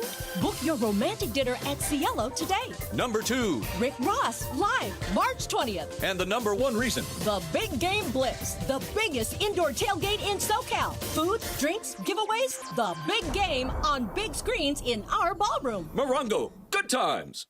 Hey, it's John Ireland. Watching a Lakers game is so much more than just a game. It's the moments before tip-off, the people you're with, and the food you're sharing. That's why I love BBGO. Their food is bold and packed with flavor, so comforting and easy to share. Bowls for a quick meal, dumplings and fried rice for everyone at the table. Vibe on a wave of Korean food and culture with BBGO. Look for BBGO at your local grocery store, in the Asian and freezer aisles. BBGO for it, and bring something different to the table. For a century, the Genesis Invitational has stood as one of golf's greatest stages, where the game's legends make their mark and history is written. It's official. The round that will long be remembered. Oh, yes! Ludwig Oberg. February 19th through 22nd, celebrate 100 years of championship golf. Experience the drama, the tradition, and the moments that define the Genesis Invitational. Get your tickets now at genesisinvitational.com. ESPN AM 710 Los Angeles. It's the greatest segment in LA sports radio history. Oh my God. When the shows come together for magic on the radio. It will only grow stronger. Super Crosstalk. It's time for Super Crosstalk. Come on. Don't got me a woo in me. Yeah, you do. It was a good year. Come on, man. It was a very. Keep your head up. I started the day by saying it's a good season, and then I took the game apart and looked at it. I was like, it was right there for us. Okay. It was right there for us. There's so many questions about strategy, play calling, everything, all that stuff. I feel sick for X Smith.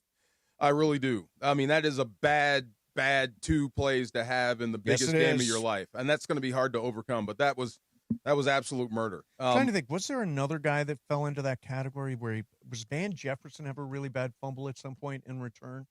For some reason, I think it reminded me of Pharaoh Cooper. I think had one. Cooper. Pharaoh That's Cooper who I'm had talking one. about. Yeah, Pharaoh Cooper. Yeah, that's it. It was a killer. It was. It was a killer. It was absolute killer. Just handing him a touchdown, bam. Stafford is as good as advertised. He's special. Yep. He's the engine. He's everything. So when you were talking about, I know it's hard to get over this, and it's going to be a while before. And I'm not sure if I'm rooting for the Seahawks or the Patriots to win that game. I know who I'm rooting for. Who are you rooting for? I'm rooting for Sam Darnold. So am okay, I. fair enough. Would be the first USC quarterback to win the Super Bowl. Fair enough. And you can regroup and go back after it. Yeah. Let this sit for a while, and then you'll get your fire back again. It sucks right now, though. It really does. Xavier Smith, that was brutal. Here's one that is interesting.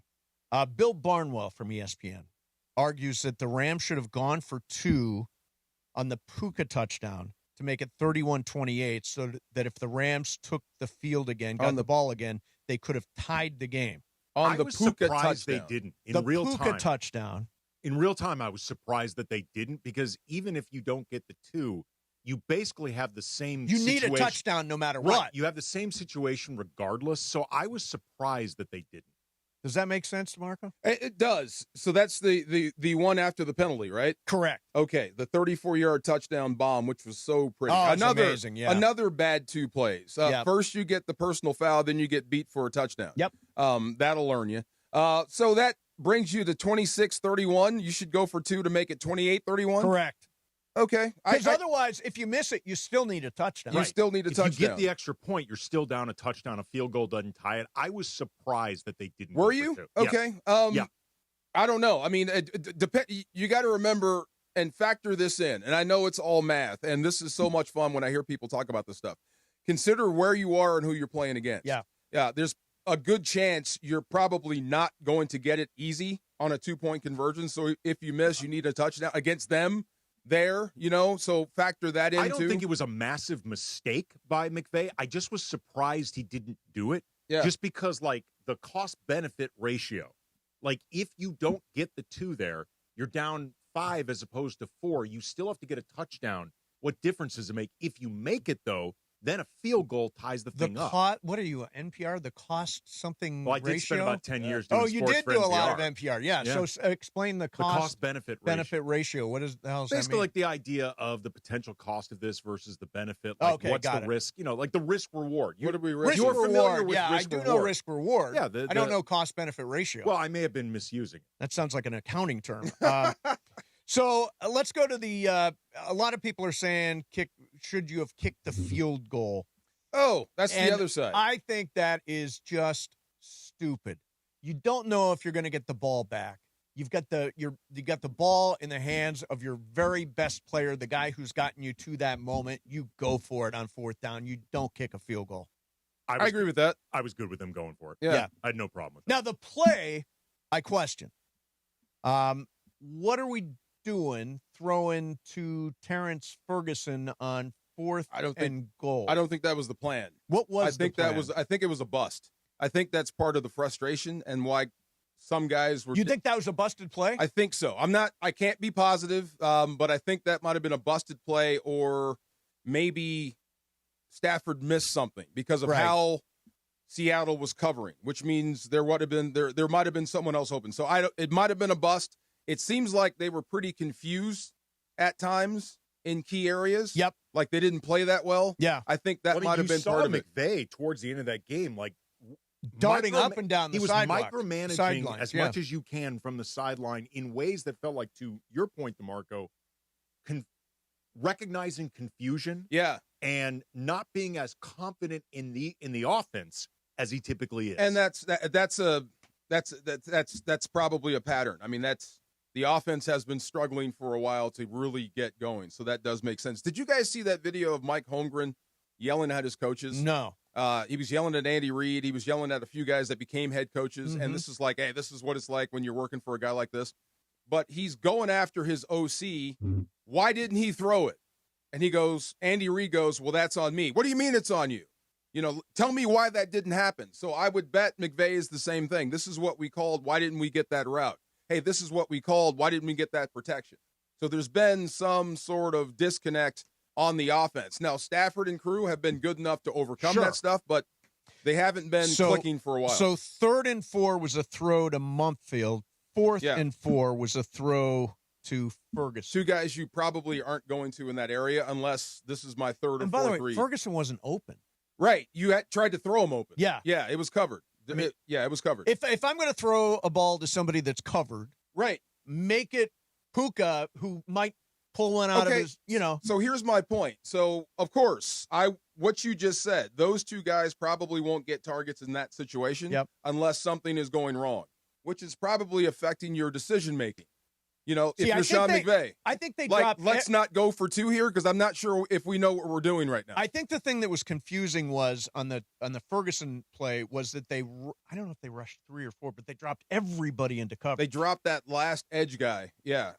And so I think that there was no pressure and everybody was blanketed. Yeah, and then you're stuck with the football. So it started with Carolina when they were doing specific drops. So every coverage looks the same, except one guy gets the coaching point. When you see Puka here, I need you to drop right here into his lap. Matter of fact, just turn and run at him. Yeah. So you're getting all these specific things. That means they've drawn a beat on you. They know what's coming. So we can drop this guy to this area and get him to hold it. And then he's got no answer. Okay. Should McVay have challenged the Cooper Kupp spot? I thought he already called the timeout. He called a timeout. And you were... Before he knew... before he was going to challenge. Right. Then he tried to challenge, so he would have had to lose the last timeout. But why not just challenge? So I was explaining that to AK and Laura in the back. Okay, it's like North Korea in there when there's a call for you. Yeah. You don't see it on the board. They go to something else. Yeah. If it's going for them, you see it at nauseum. So you had no idea. To me, field level, it looked like Cooper got it. I thought he got it too, but it's worthy of a challenge at that spot in the game. But he'd already called the timeout. Right. And to my angle, our angle, that side angle, it looked like he got it. I thought he got it too. And you're probably going to need it again. I think he got it. Yeah, I think he got it too. At the very least, it was not going to be enough evidence there to overturn it. That was never getting overturned. Yeah. I don't have a problem with McVay challenging it because why not? Yeah. I would have been stunned if it was overturned. Yeah, I agree. Anybody, you know what? I'm glad it was him. You mean Kupp? I'm glad it was Puka. Or not Puka. I'm glad it was Cooper Kupp. Yeah. To put an end to this year and what McVay said, like this might have been the best flawed team I've ever seen in my life. The best flawed Absolutely. team? I mean, obviously special teams and secondary, You got to the NFC Championship game with a special teams like that. You got to the NFC Championship game with a secondary that was piecemeal, week to week. I mean, you got to and you had zero advantages in any week in the secondary. You got actually to the NFC Championship game despite having spent the last 7 or so weeks not playing convincingly well. Correct. You got to the NFC Championship game with a young defense that you're not paying anybody. That's what I'm saying. So I'm glad it was him. And you know what? If anybody was going to put an end to the magic, it's going to be a guy that used to be here. It's interesting you say that too, DeMarco, about the defense being young and they haven't been paid. Last year, it felt like the defense, under those exact same descriptions, were ahead of the curve. Like they had severely overperformed the expectations, probably in part because everyone was waiting to see it collapse post Aaron Donald. This year may have been a little bit more like realistic. What can you expect from a young defense without as much experience? Some of these dudes got to get better, and they know who they are. So last year's draft, obviously they had a second-round pick, actually traded back in the draft. So they drafted Terrence Ferguson, Josiah Stewart, Jaquez Hunter, Ty Hamilton, Chris Paul Jr., Kanata Mumfield. Obviously, Mumfield had some big catches during the year. You know what all those guys have in common? What? None of them play in the secondary. Right. You're going to have to get some help. Yeah. You're going to have to get some help, pay some help. You're going to have to get some help back there. But they hit on those picks. Josiah Stewart is going to be a star.